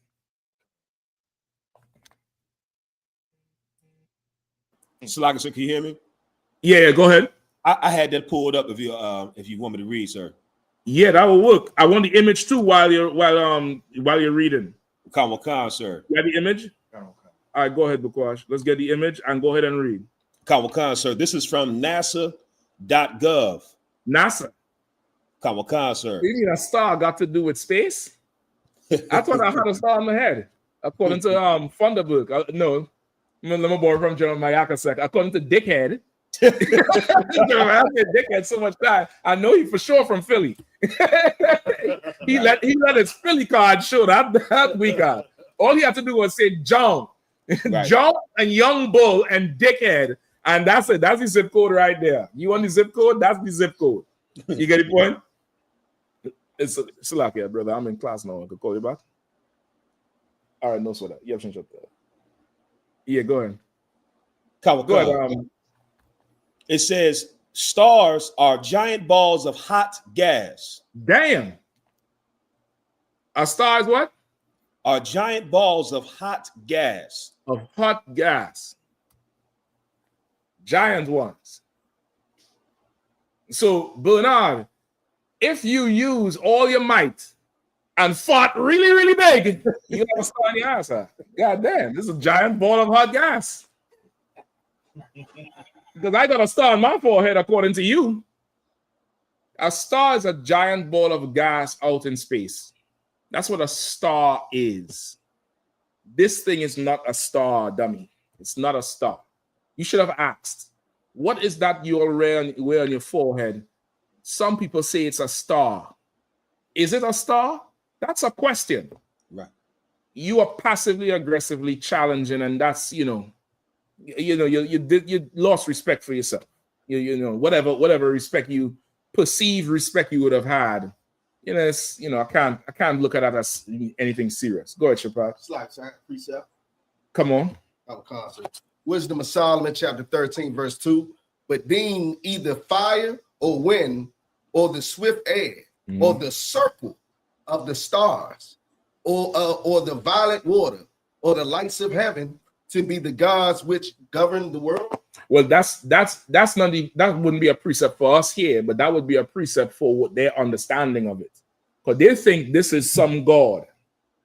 That's why he referenced Acts with the star of Molech. Go ahead. Like I was bringing up for reference that a star is a circle.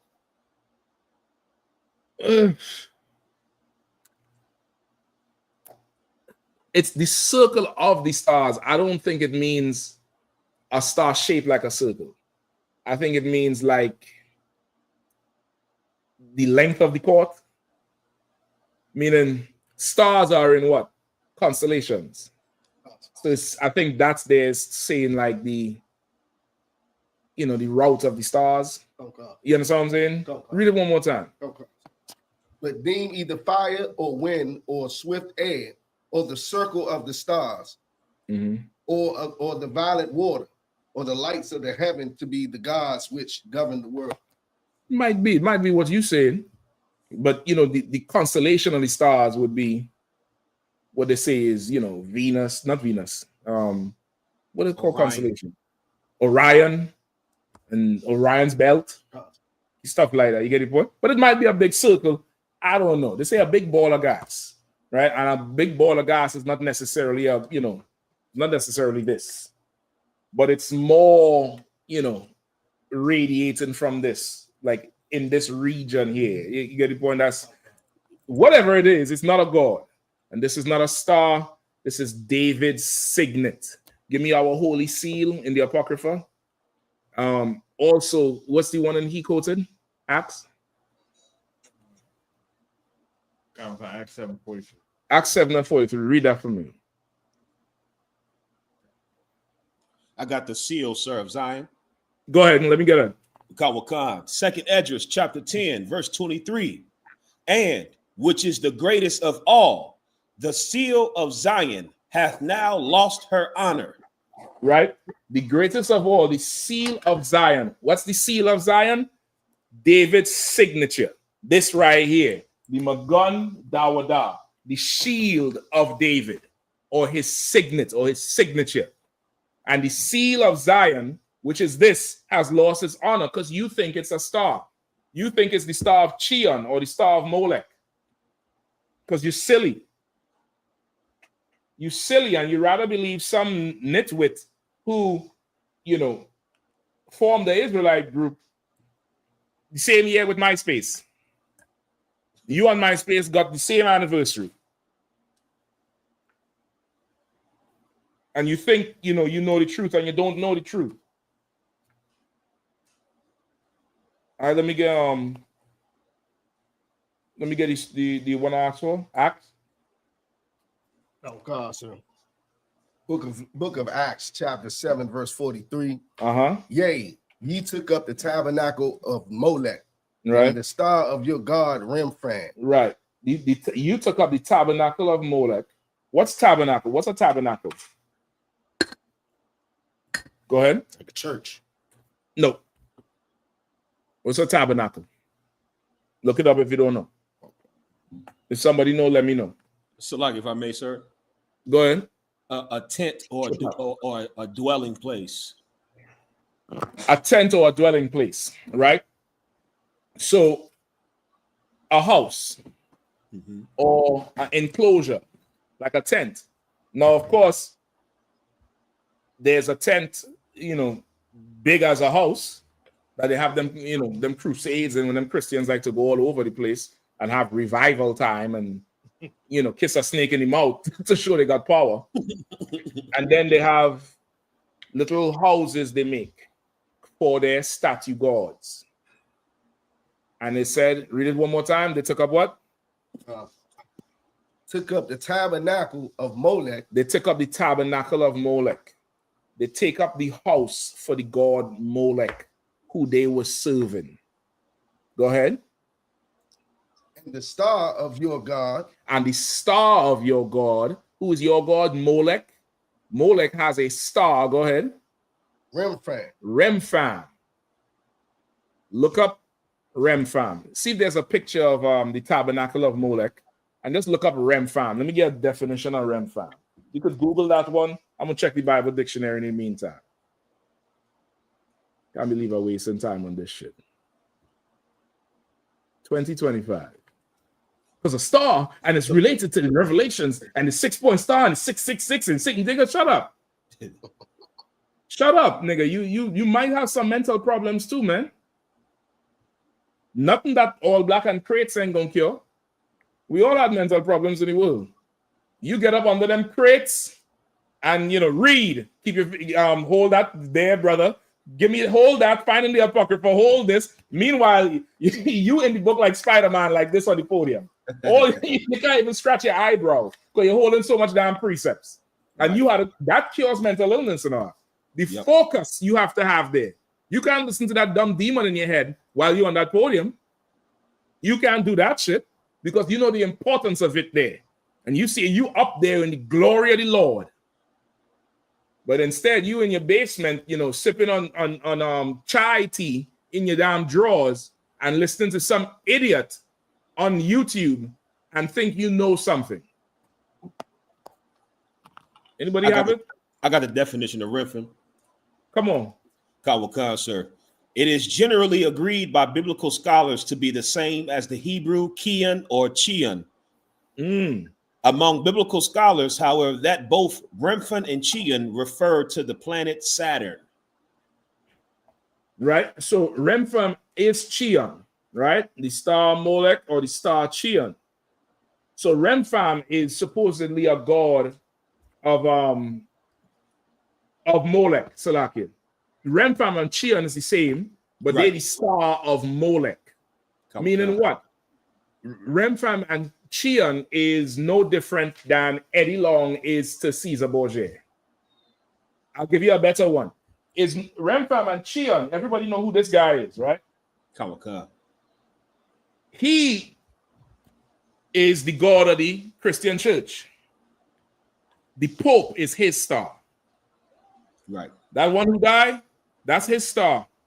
All the ones before, Pope John Paul, Pope this, Pope that, that's the star of Caesar Borgia. So in other words, you taking up the tabernacle of Caesar Borgia and his star, Pope Paul. Right. or Pope Benedict.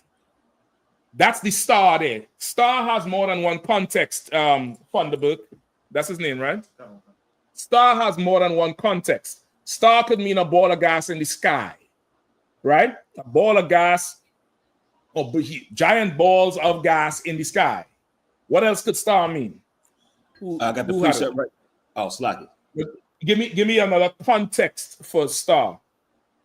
Kawakan, sir, I got a precept for it for another context.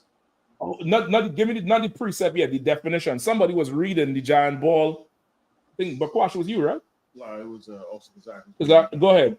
Is there another context of star? Kawakan, sir, the main character or the main character or chief figure. It's the main character or chief figure, which is what Chion and Remphan is for Molech, which is like the Pope is the main character for this batty boy here. Right. You get the point? That's the star in Acts, simpleton. Thunderbird. Like right now, I'm making you the star of this dumb topic. This dumb topic, you the chief dummy. I should get a stool right here with a big dummy hat for you. Thunderbird. Since it's connected to the 666 and 6 points and the 6 this and the 6 that, you can't count to 7, nigga. You can't count to 8. You only learn to count to 6. You simple. Stop being simple, man. Stop being simple. This is not a star. This is the shield of David. This is David's signet or his signature. This is what the king of Israel would put on all his documents all over to show that he's in charge and he's ruling. And Christ sits on the throne of David. Go ahead, Kazak. What are you holding for me? Numbers chapter 24, verse 17. I shall see him, but not now. I shall behold him, but not nigh.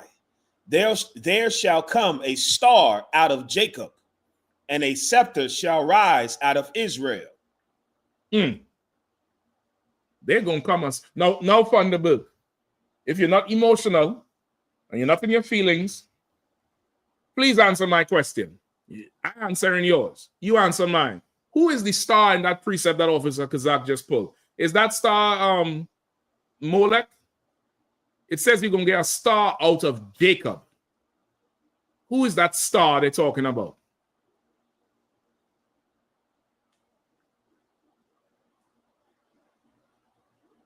Huh, Bernard?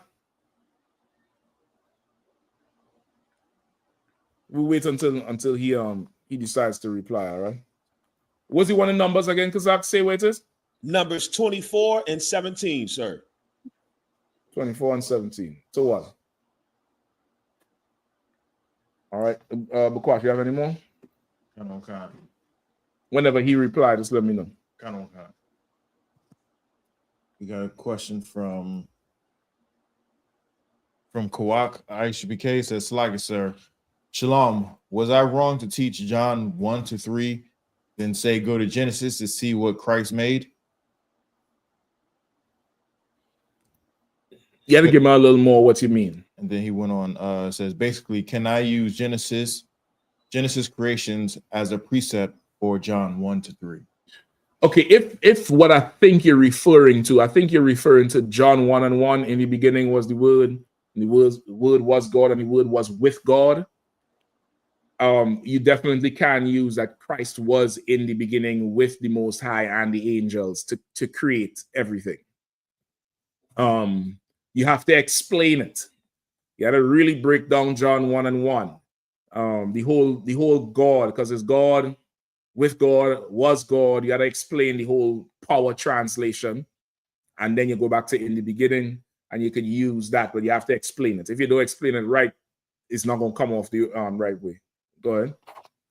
Like, so I'm just saying, I could. It's so diabolical how our oppressor made us stop using our language, and he made a bastardized version of it because now it's lost the fact that triangle is the letter D. That's a da. Right. It's not even the letter D. It's a da. It's a whole other language. It's a whole other verbiage. it's something different, and it's something they don't understand, and they don't get it. You get the point? They don't understand, they don't get it. And also to Bernard, let me find out if in your organization, do you allow heathens in there? Do you allow, Jewish people and white people and Chinese and Vietnamese and Japanese and Africans up in there? Do you allow them in your organization? Bernard Funderburg, need to get a new name out. I'll tell you that straight up and down. You should be banging these doors down for a respectable name. Let me don't go too far. Salaki, you don't stop me. Because just do this, we just do this right here. You know what I mean? Too far. Just, come back. I'm traveling too far. Go ahead. Do your thing up. There's another question. Yeah, go ahead. It's from Officer Yarash. It says, wanted to know,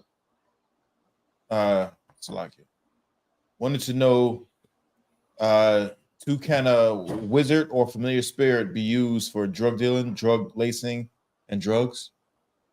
You wanted to know what? A precept? Well, he didn't say precept, but he says wanted to know, can a wizard or familiar spirit be used for drug dealing, drug lacing, and for drugs in general?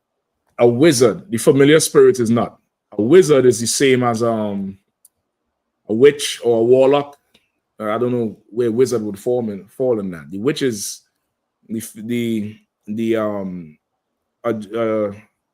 somebody who's a drug dealer by way of mixing up potions and herbs to alter your mental state or spiritual state, right? I think in certain cultures, the witch is the female version, the warlock is the male version. I believe that's like with them druids in Ireland and Scotland and them places.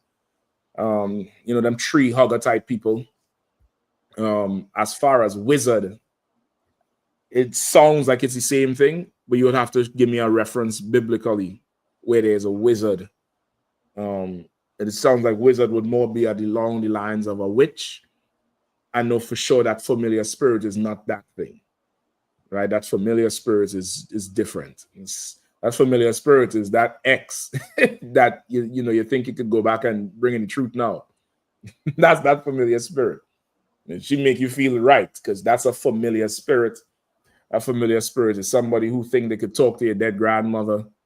The familiar spirits. That's a different thing. All right. Okay.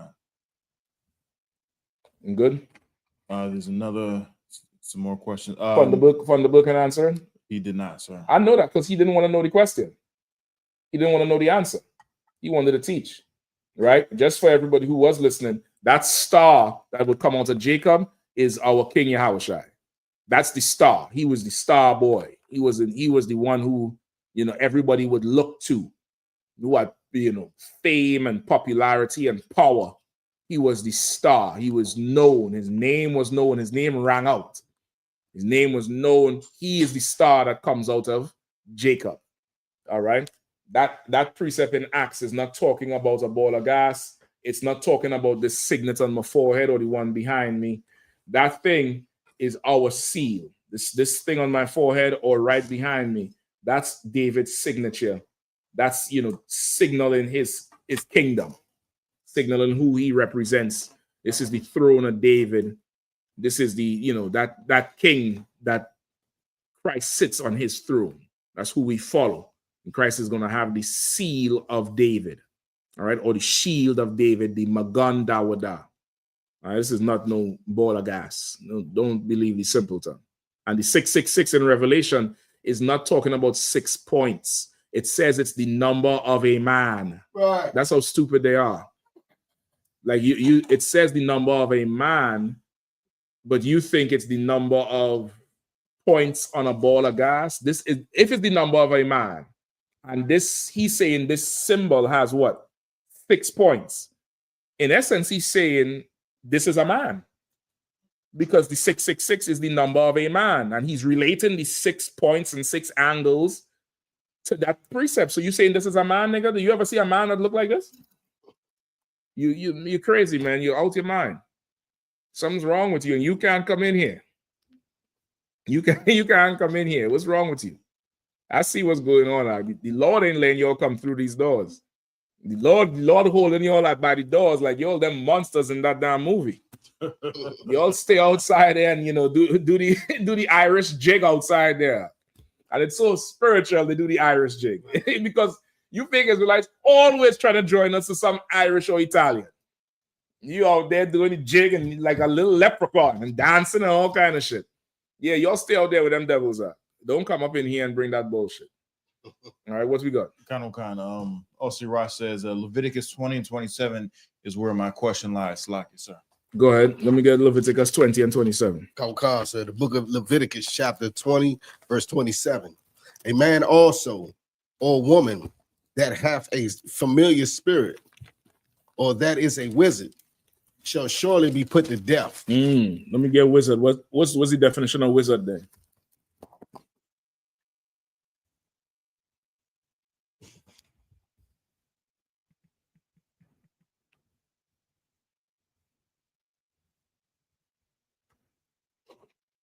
Definition of wizard is one skilled in magic, a very clever or skillful person, a wise man, or wizard, worthy of which of the highest praise, having magical influence or power, or relating to wizardry.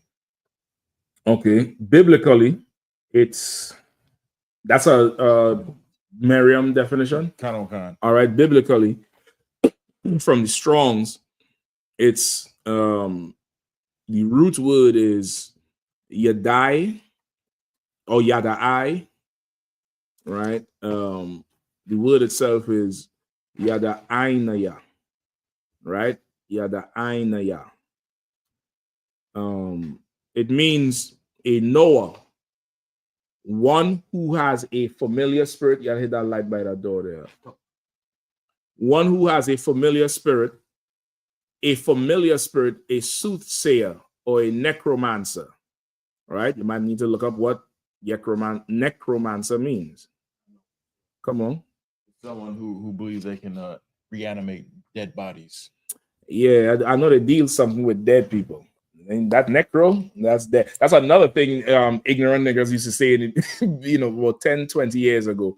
I'm not sure I've never heard the argument since, but they say we not Negro, because Negro comes from the word necro, like necromancer, which means death. And that's why they called us Negro. I remember it was in Delaware. Myself, John, from Captain I think. The brother was so convinced he was talking the truth. And we had to show him it's two different words. Negro is not necro. And he looked at the book like he couldn't believe it. He thought he was dropping something heavy. That's what I said. You can't listen to everybody, man. You can't listen to everybody. So this is of dealing with dead bodies and death and dead people and stuff like that. So a wizard, in this case, Yerash, is going to be the same as a familiar spirit or a soothsayer, somebody with smooth sayings that could talk you out your wallet and claim to communicate with the dead and do things with the dead. All right. That would be the wizardry here in Leviticus. They're both kind of the same. All right. Go ahead, Bukwash. He also says, like, sir, I also wanted to give permission to say wizards and the ones that have the familiar spirits are usually drug addicts. He's asking that? Kind of. Okay, no. A drug addict is going to be a drug addict, right? The victim of somebody. The drug dealer is going to be the witch or the warlock, right? The wizard or what's the other thing? It's familiar spirit. The familiar spirit, right? The wizard or the familiar spirit is them people with them tarot cards. The people who you go and you do the thing with the crystal ball and they hold your hand and she wants you to pay me $500. That's your familiar spirit. That's your wizard. That's your necromancer. Those type of people. All right. I think I.S.U.P.K have a word for them too. With people who supposedly have a certain amount of skill. It's like they are the ones who the FBI uses for profilers. I forget they call them clairvoyants or something like that. I think that's what they call them, clairvoyants, where They latch on to certain things and they help you find missing people and shit like that. Apparently, there are people who actually have those type of skills from the Lord, but not the woman, on 15th Street in the back, with the beads. Not her. All right. So that's what it would be. Wizard and soothsayer or familiar spirit. All right.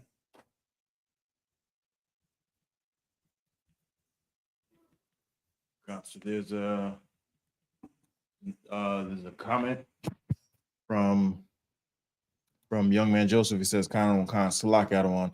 It's my sister who's in the world, but I understand my goal is to become a trooper in the DC school and serve the Most High.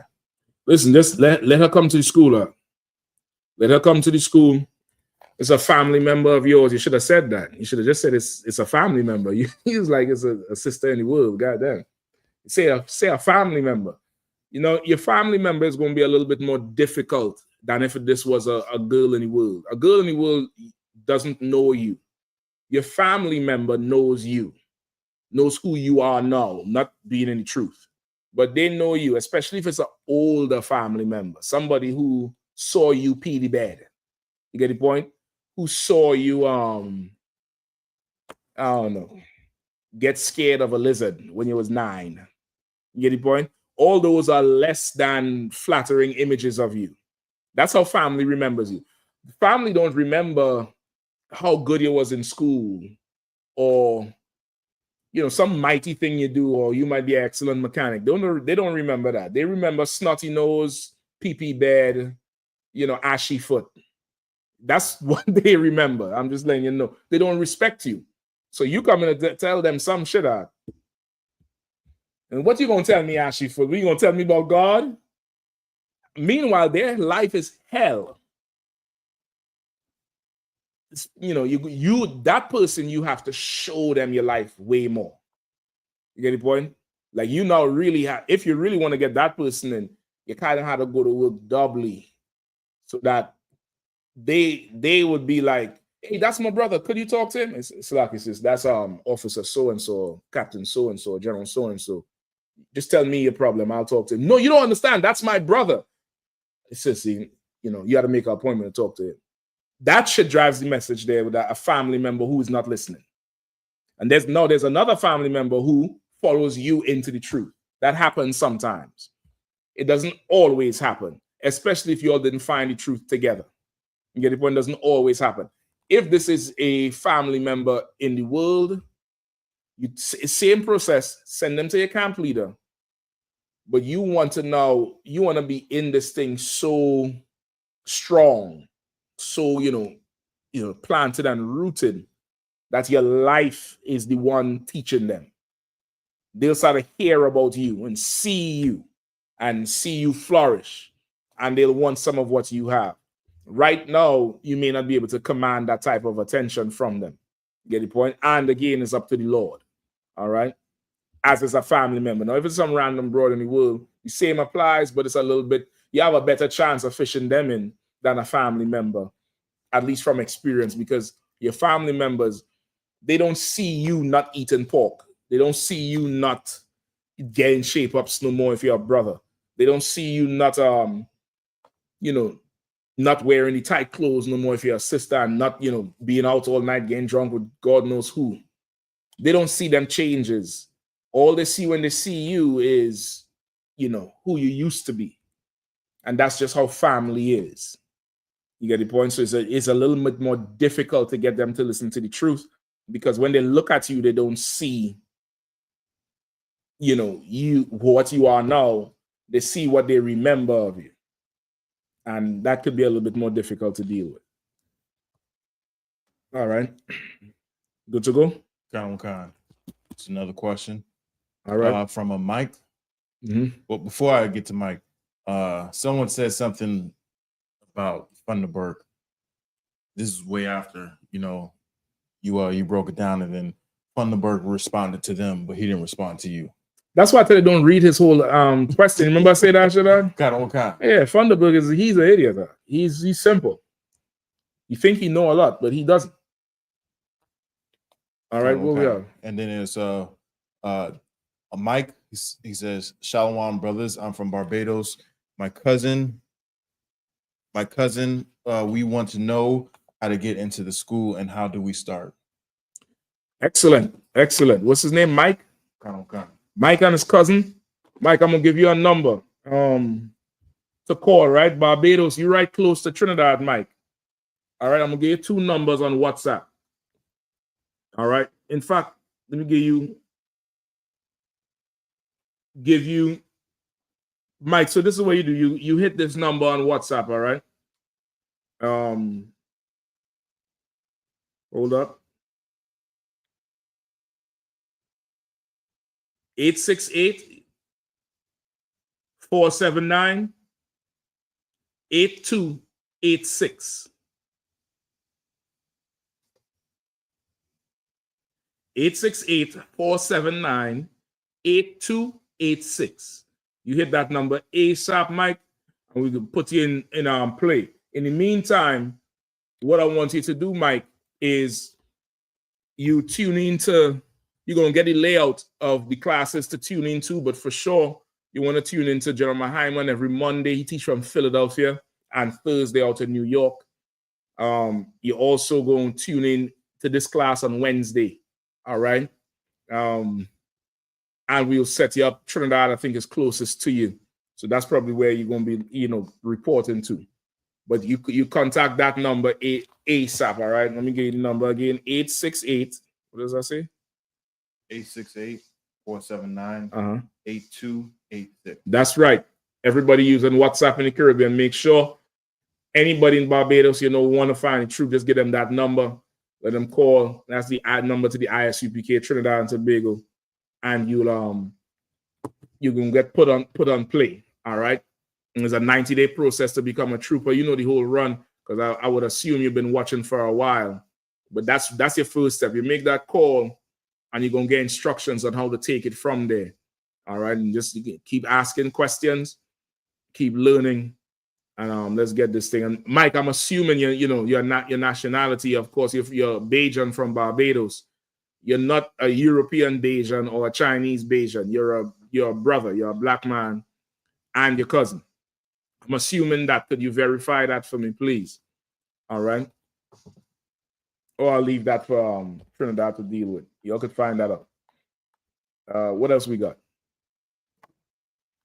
There's an RRX 2.0. It says,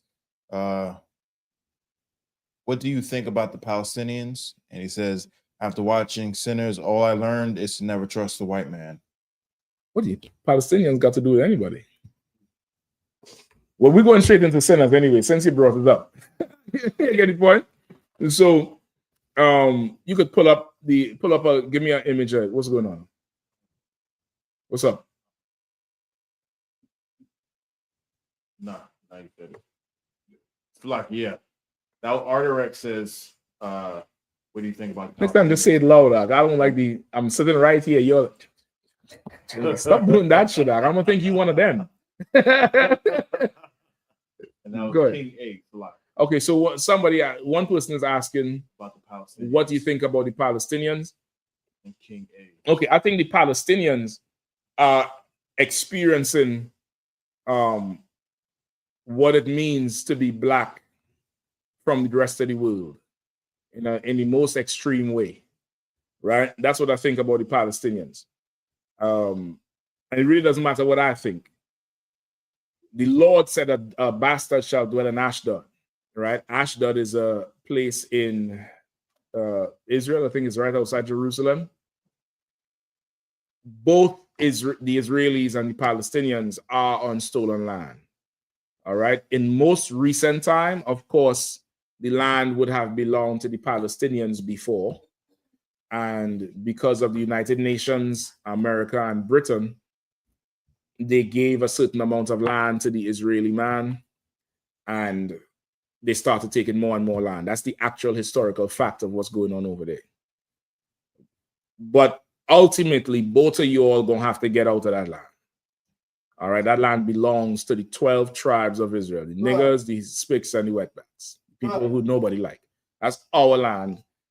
You know, and that's that. Y'all could fight if y'all want. Y'all could do whatever the hell you want. When Christ come back, everybody had to pack up and go. You're getting an eviction when Christ come back. All right, that's just that.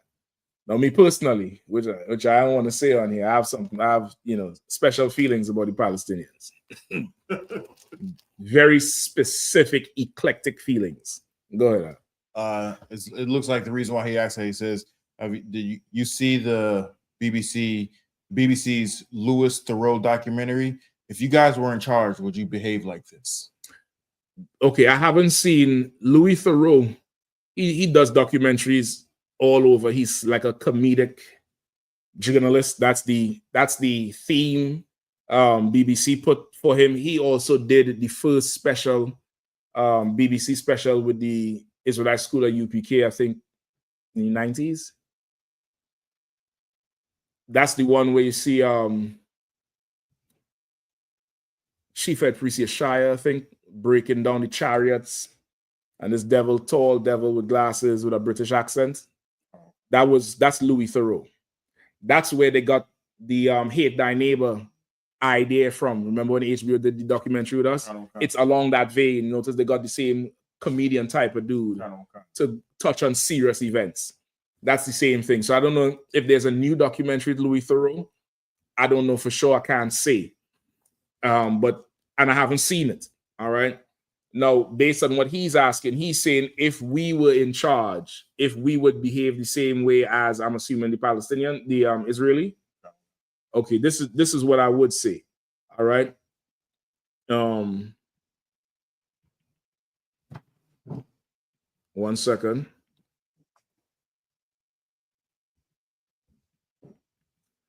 Give me Proverbs 29:2.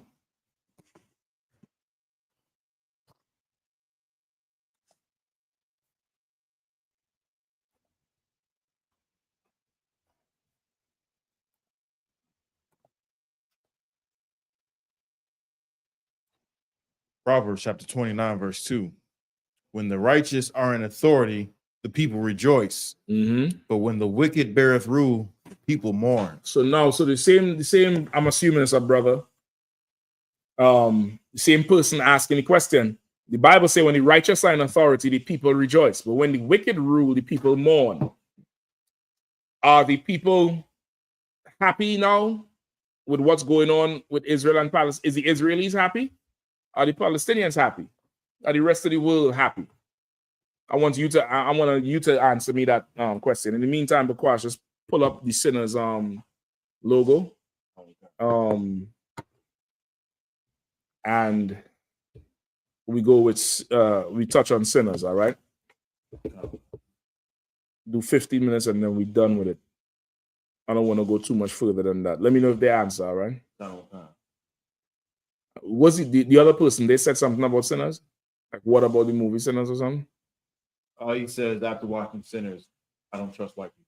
Listen, I'm glad you come to that realization, but I'm a bit, I want to know what the hell going on that it took you that. Goddamn. It took you that to not trust the white man? Come on, man. Come on. But I'm glad you reached to that point, right? We routinely say, Commander Yahanna always taught us, the white man is the devil the Bible speaks of. Okay, it's so, it's universal. Wherever you go, underwater, he's the devil. In space, he's the devil. In the coffin, he's the devil the Bible speaks of. Devil means deceiver. And deceiver, he's going to lie. He's going to deceive you. He's going to trick you. He's going to, do things that is less than honorable to live. Right. And of course, in that movie, they openly call the oppressors the devil. Right. They openly call them the devil. It's set in racist Mississippi. I believe this is after one of them wars. And, it's in general a horror movie. Right. But not your jump scare horror, like your old school horror. Those of you brothers and sisters who, remember old school horrors like Fright Night, Lost Boys, them old school horrors where they build it up. That's this movie. If you could identify with that, you'll identify with the movie. The movie is built up just like that. But of course, in it has certain realities that's relative to us and relative to the time.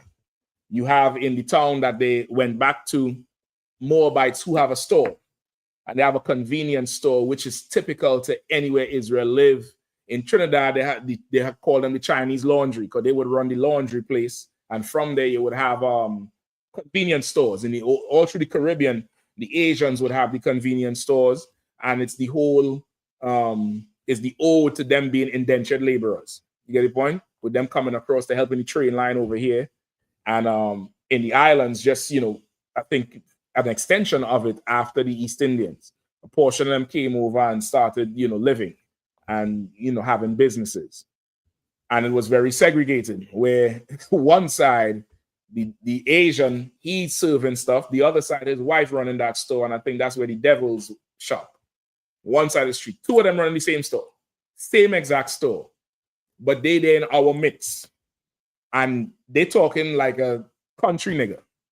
Not that stammering tongue they got. They talking like the accent is like a country nigga.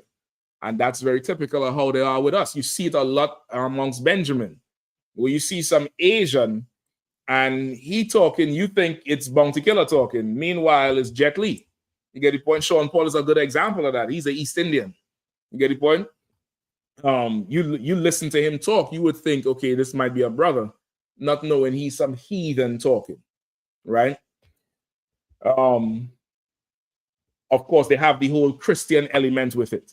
They have the whole strong Christian element. It's based around music. So if you're a musician, you're going to understand a whole lot more than I did, than I could pick up.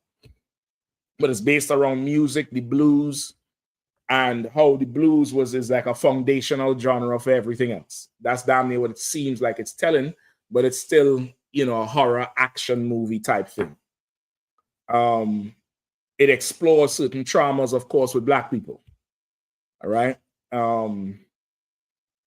One heavy part I thought about it was one of the opening scenes where this vampire is running from being killed. I.S.U.P.K and them on his hunter.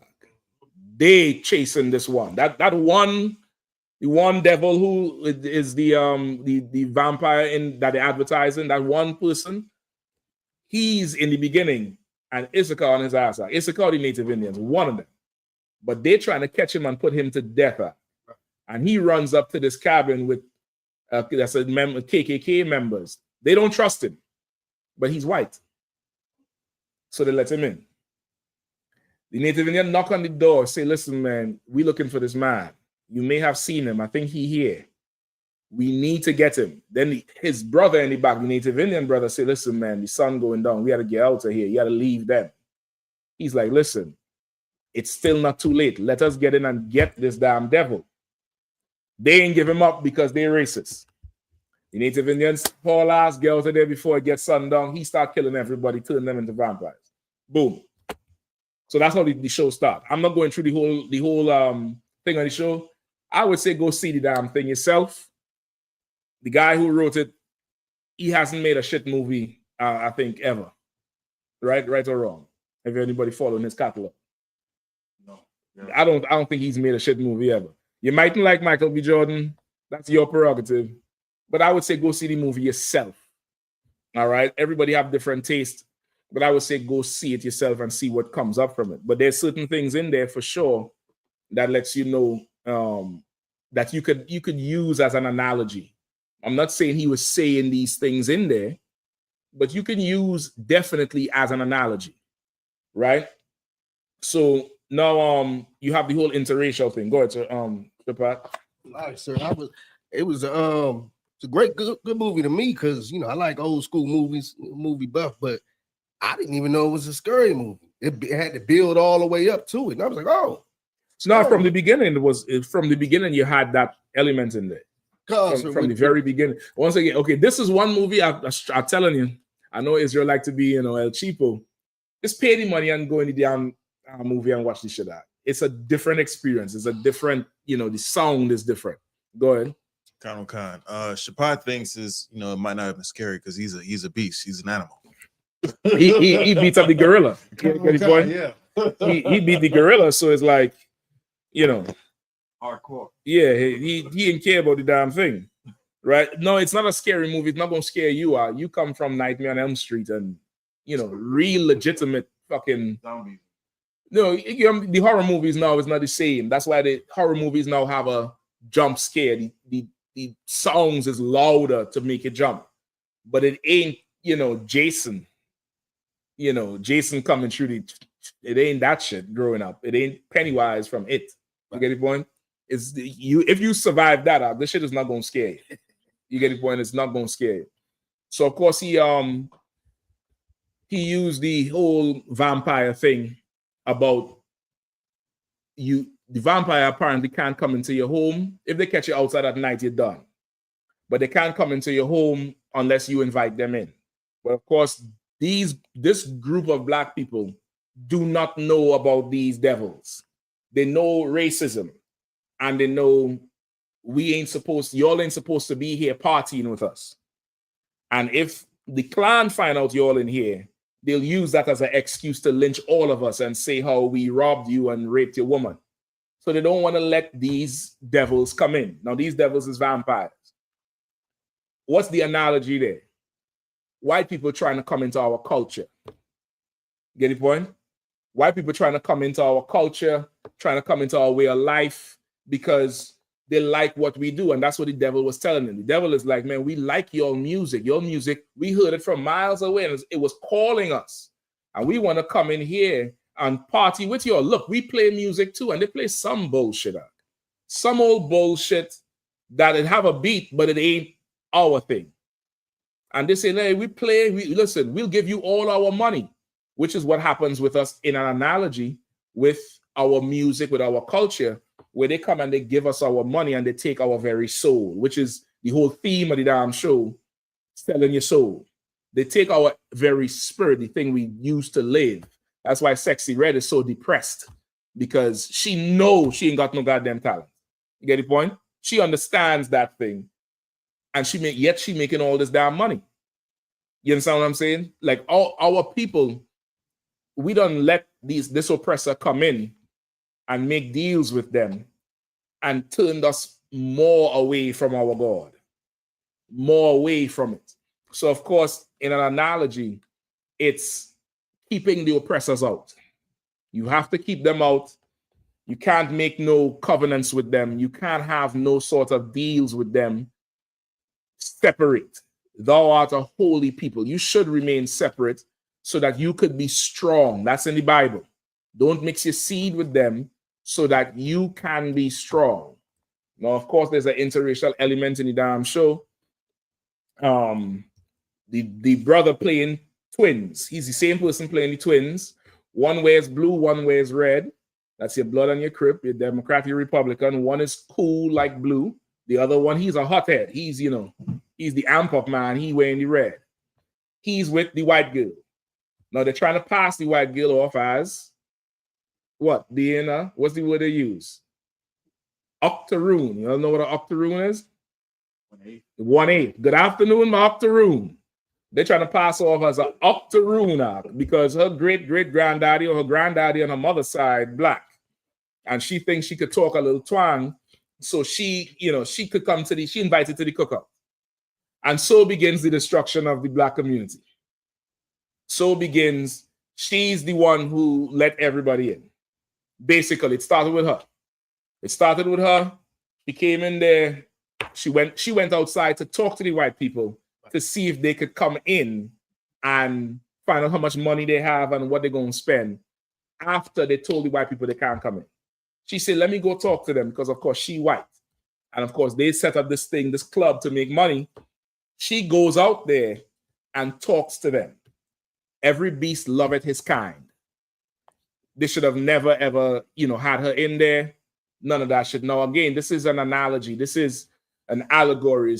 There's similar things in it, how it's laid out. Was he trying to say that? I don't fucking know. It's art. It's art.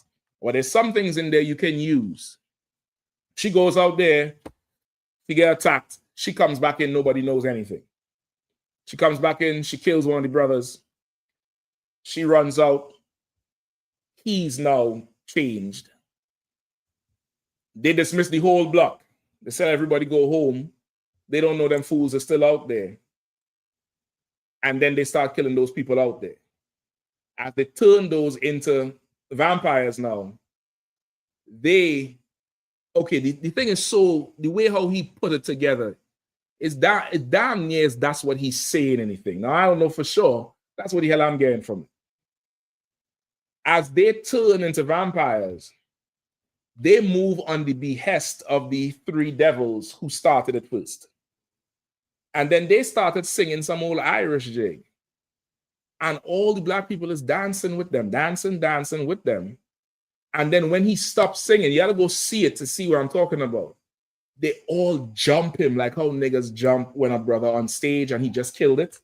And they jump on his back and they're like, whoa, like they're cheering for him. That's your assimilation. That's your Eminem. That's your Iggy Azalea. They don't come in the culture now and they have backing from black people.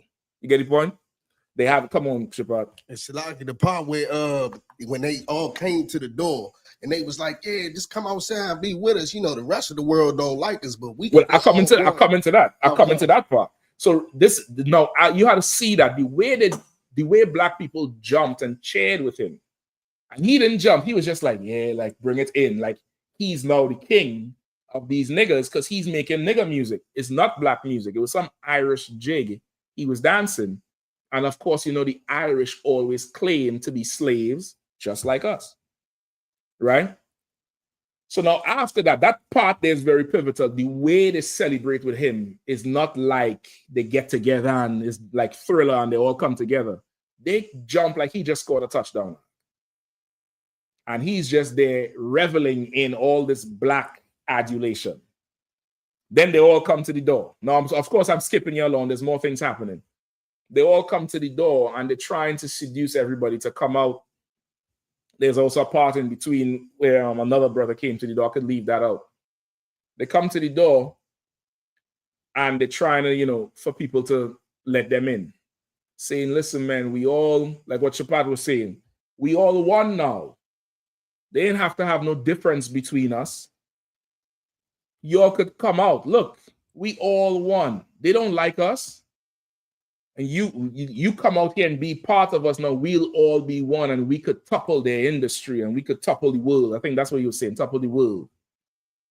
And the whole thing was these black people done joined in with the oppressor and trying to get the last remnant who trying to stand strong. They're trying to stand strong. They say, nah, you ain't coming in. We ain't coming out. You know, we ain't going to do nothing. Y'all will never join you all. That's the whole spill. We're not joining y'all never coming in. And of course, the theme of it from like halfway through it is somebody coming to the door asking to come in. Or asking somebody to come out. Asking to come in, asking somebody to come out. And you know, in Genesis, it say what? If thou doest well, you'll be accepted. But sin knocketh at the door. You know the precept I'm talking about? Pull it for me, please. Right? Sin knocketh at the door.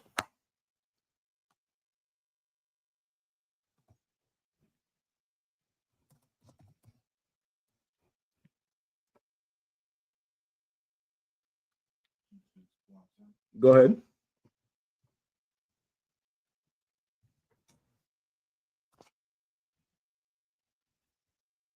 I'll call the book is Genesis, chapter 4, verse 7. Mm-hmm. If thou doest well, shalt thou not be accepted? You're right. No, that's what you have to look at. If thou doest well, won't you be accepted? So the fact that you're not accepted means you're not doing it how it's supposed to be done. You're not following whoever is in charge, which is the Most High. You're not following him. You're not following his men. You're not following who he said to follow. So you're not getting accepted because of that. And that's how it was initially with the oppressor. You can't be here. We don't want no part of you. And now they all come together and they want to be accepted. And there's no accepting. You make your music, you stay out there and make your music. But for us, we ain't doing none of that thing. And all they had to do was wait it out. Wait it out in their sun come up. They would pass away and the remnants would have been there. Keep reading. Don't cost. And if thou doest not well, sin lieth at the door. And they say, if thou doest not well, sin lieth at the door. And that's what it was. Joining that oppressor was the sinful thing. That was the sinners. That was the thing that really, that's what you need to look at. They're gonna make it out like sinners is because, you know, they could have been godly or they could play the music. Because, you know, at one time that type of music was considered ungodly. Because why? The blues was so much about how life was hell. And of course, the Christian trying to please massa. So that type of music and the boom boom rooms and the bootleg, you know, how dare a nigga have fun? You're supposed to go pick cotton and be happy. The sinners is joining them. They the sinners, they on the outside. They the ones out. They can't come in here. We're gonna keep you out. But they did not do well because they had that Asian broad in there. All this time they have an Asian broad in there, and she lost her man, and the devil tell her, we're going after your child. And she said, F all these black people are. She said, F all these black people, and that's, you know, that's a movie right there. That's your whole thing right there. If you want to know how the bond get rated, stop Asian hate. Stop the Asian. The whole point of it, really, it seemed like we cannot be part of any of them in anything. Whether it's the oppressor, whether it's the Asian, no matter how nice they are, we can't be part of it because had they not had that white girl in there, had they not go, they could have gone to some black business that had could paint a sign. I think that's what they went for, to paint a sign and some other shit. They didn't need them Asians there, man. They did not need the Asian people in there. But you go to the nations for things you could have gone to your own people for. And because of it, you lost the whole damn town. You lost everybody because of it. Right. That, and in an allegory, is, of course, it's an art, it's a vampire show. But really, if we were to say separate, and that's how, you know, your music and your boom boom rooms and everything survived because of segregation. Segregation protected us for a long, long time. For a very long time, even to modern day hip hop. You get the point. Modern to the invention of hip hop was what? Talking about our plight, talking about how hard life was, and then what? The introduction of what? The gangster rap, and at the same time or shortly after, you have the small hats, the Jewish man getting involved with it. So on the West Coast, he's funding who's them people again? NWA. And on the East Coast, he's introducing to Run DMC. Who? Tell me who. You're supposed to know. The Beastie Boys. The Beastie Bastards. Niggas can't rap for shit. That's how they sound. And they take Judite, Benjamite, and Puerto Rican music as their beats. You listen to music, that's, you know, reggae and calypso and hip hop, and they match it up in one, and they make beats for it, and they let us introduce them in. And now later, they don't wipe out our art form, change it, everything over. Like he's really, it seems again, like he's telling the story of what's happening to us because we done join these people. We don't join these sinners. And it's so heavy that in the beginning, part of who was hunting this oppressor was I.S.U.P.K and the Native Indians. Like that was, I wanted to see later on if they're going to have another part of it that's going to show more of them. Because, brother, they was hunting him out. Right. And they was, you know, girded up with their hat, the cowboy boots, real respectful, like how they say Reuben is. The excellence of dignity, knock on the door. Excuse me, ma'am, we believe there's a man in there. He's, you know, that's not who you want to be. And of course, the oppressor, you know, she being rude and not listening. But he's like, listen, you don't want him around. You need to let us come in there and handle this. Like the fact that he brought them in as part of our story, you know, it's something they're listening to UPK a little bit more. I'm trying to tell you, I think they're listening to us a little more than a little bit. You understand? Like who brings that aspect in with us? You know what I mean? Unless it's some actual historical part, which is another part of it. There's history there between the tribe of Judah and the native Indians and I.S.U.P.K and all of that. You get the point? There's a whole history there. But for sure, you go see it for yourself. I would advise you go see it for yourself. Go pay the extra dollars, man. Get that old big IMAX feeling. Go sit down there and hear the whole thing, see the whole thing, and just take it in. Forget anything anybody said. If after you see it, you don't like it, whatever. You don't like the shit, it was trash, whatever. But if you could see what he's trying to put forward here, we should have just stayed separate. We could have for sure stayed fully separate and had what we need to have for ourselves. Keep Satan out. The Bible says don't give him no room to operate. Give him no room. Stay separate. Sin, knock it at the door, lie it at the door, waiting to come in. You know what I mean? He used the old school, art form with the horror and the vampires and that story. But to bring them in that aspect, in a segregated racist aspect, it was for sure our story. I would say definitely go check it out. I hope it ain't spoiled too much for y'all. You know what I mean? And I'm gonna give you all the whole spill, right? Nah, there's more. There's more. There's other parts up in there that you definitely need to see. Get the point? But we should for sure stay far from these oppressors.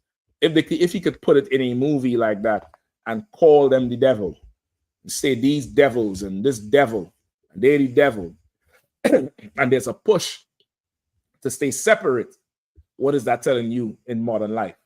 You should stay separate from these oppressors too. Don't be them sinners who are on the outside trying to get in. Keep them out. These is Negroes who done sided with the oppressor and trying now to water down what we have. What we have here is something powerful and pure and strong. But boy, you open the door and go to join with them, you're going to have something absolutely watered down, not resembling anything that was handed down to you and passed down to you, and much less it's just going to wipe you out.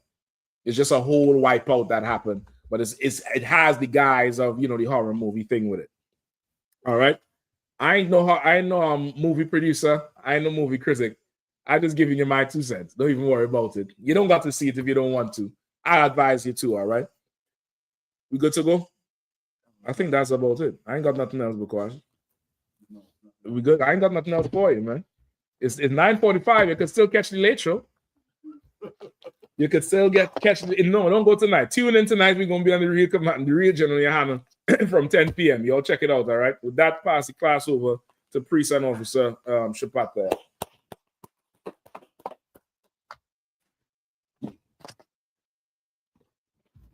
I.S.U.P.K security announcements with I.S.U.P.K out of 1 West 125th Street, Harlem, New York, under Commander General Yahanna. Rules for new brothers and sisters. When a new brother or sister comes into the school, they are off limits for 6 months. They're to be saluted only. They're here to share themselves with the world.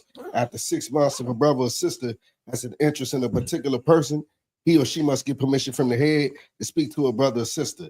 There's another 6 months in which the brother or sister will court each other. After this 6-month period, the brother or sister will get permission from the head to marry. Tithes, which is a commandment. You can find this in the book of Numbers, chapter 18, verse 21, in the book of Malachi, chapter 3, verse 8 through 10. Means 10th in Hebrew and is pronounced ma'ashera. 10% of every penny of any increase the Lord gives you, give to the treasury department or teacher. Priest fund. Free will offering for priests, not mandatory, whatsoever amount you would like to give. Upcoming Holy Convocation. It's a lot. Feast of the First Fruits starts after the Sabbath. Feast of Unleavened Bread, sundown. Sunday, April the 20th, 2025. Count 50 days. Celebrate the 50th day. Sunday, June the 8th, 2025. Start before sundown. You can find us in the book of Leviticus, chapter 23, verse 18. Not 18. Verse 10 through 22. It's like, sir, anything else you want to add? No, I think that's it. Come, sir. Remind Ackman and check on social media such as ISUPK.com, Facebook, Twitter, YouTube and so on for I.S.U.P.K events and materials. If a brother wants to be a troop in the school, you should start wearing all black, which includes black boots, black shirts, black pants, black headband or scarf. And with that, I say I might give them, which means to stand. If you may remain seated. We'll give a courtesy salute to the teacher, men of Israel, Mount Shabbat, Mike, Barak, Yahanna, Yahanna, Yahanna, Saw, which means to turn. You may stand. We'll give a courtesy salute to the sister, men of Israel, Mount Shabbat, Mike, Barak, Yahanna,